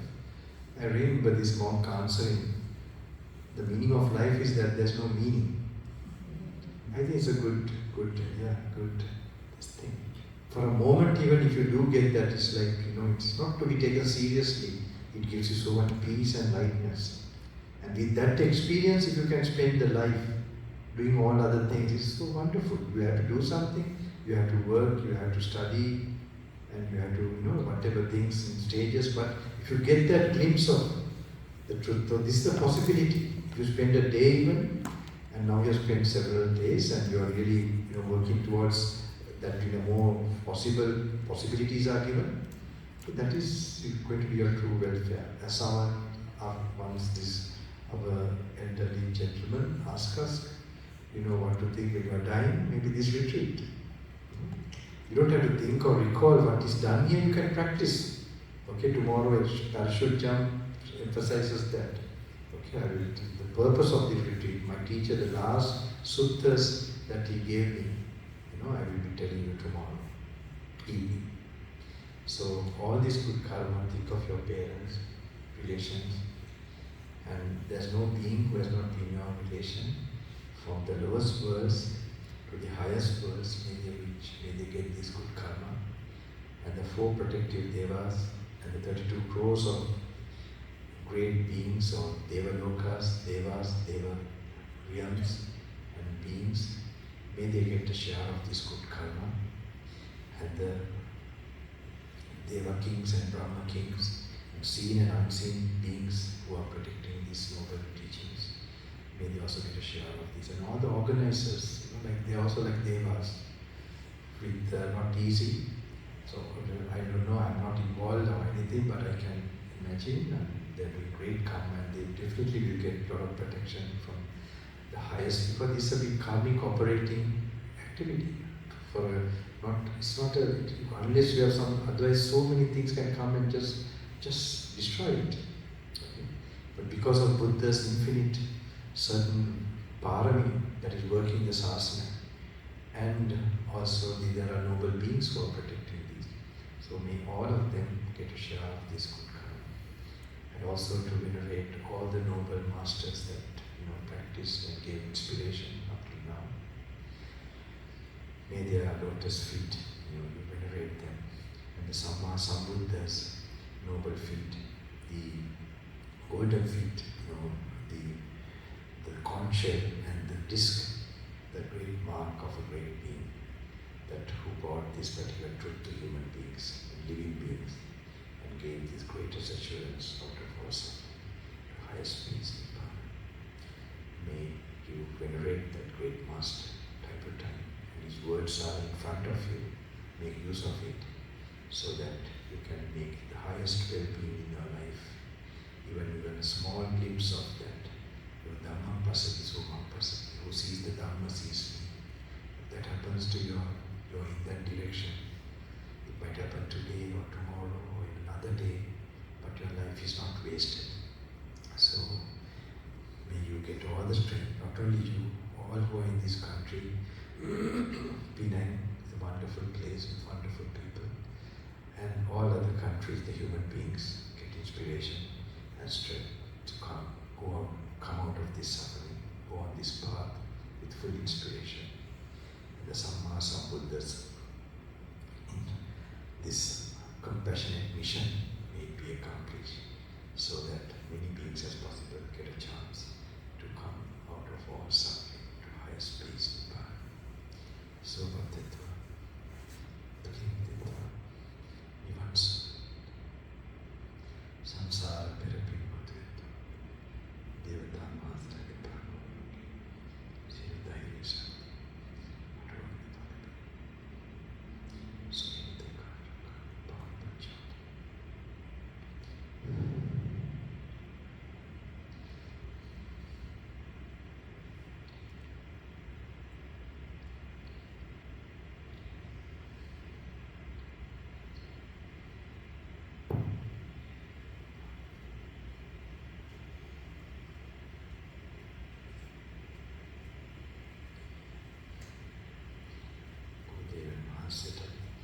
teacher also, and reflecting, and also my ordination teachers, and all other certain masters in another ways who taught me so many things and gave me the blessings to bless others, give the strength. I recall them too. And all, I hope many beings as possible will get this support out of all this worry and fear. And especially, this time that people need inspiration that they can achieve this goal without any delay, so that old age or near the moment of death, that they will not feel this samsaric suffering. Samsara, that fear of samsara. When you are lost, even though relations are waiting, you get the fear that you might die, you are going to die. And that fear may no being experienced. Slowly may they follow the path that will free them from that particular experience.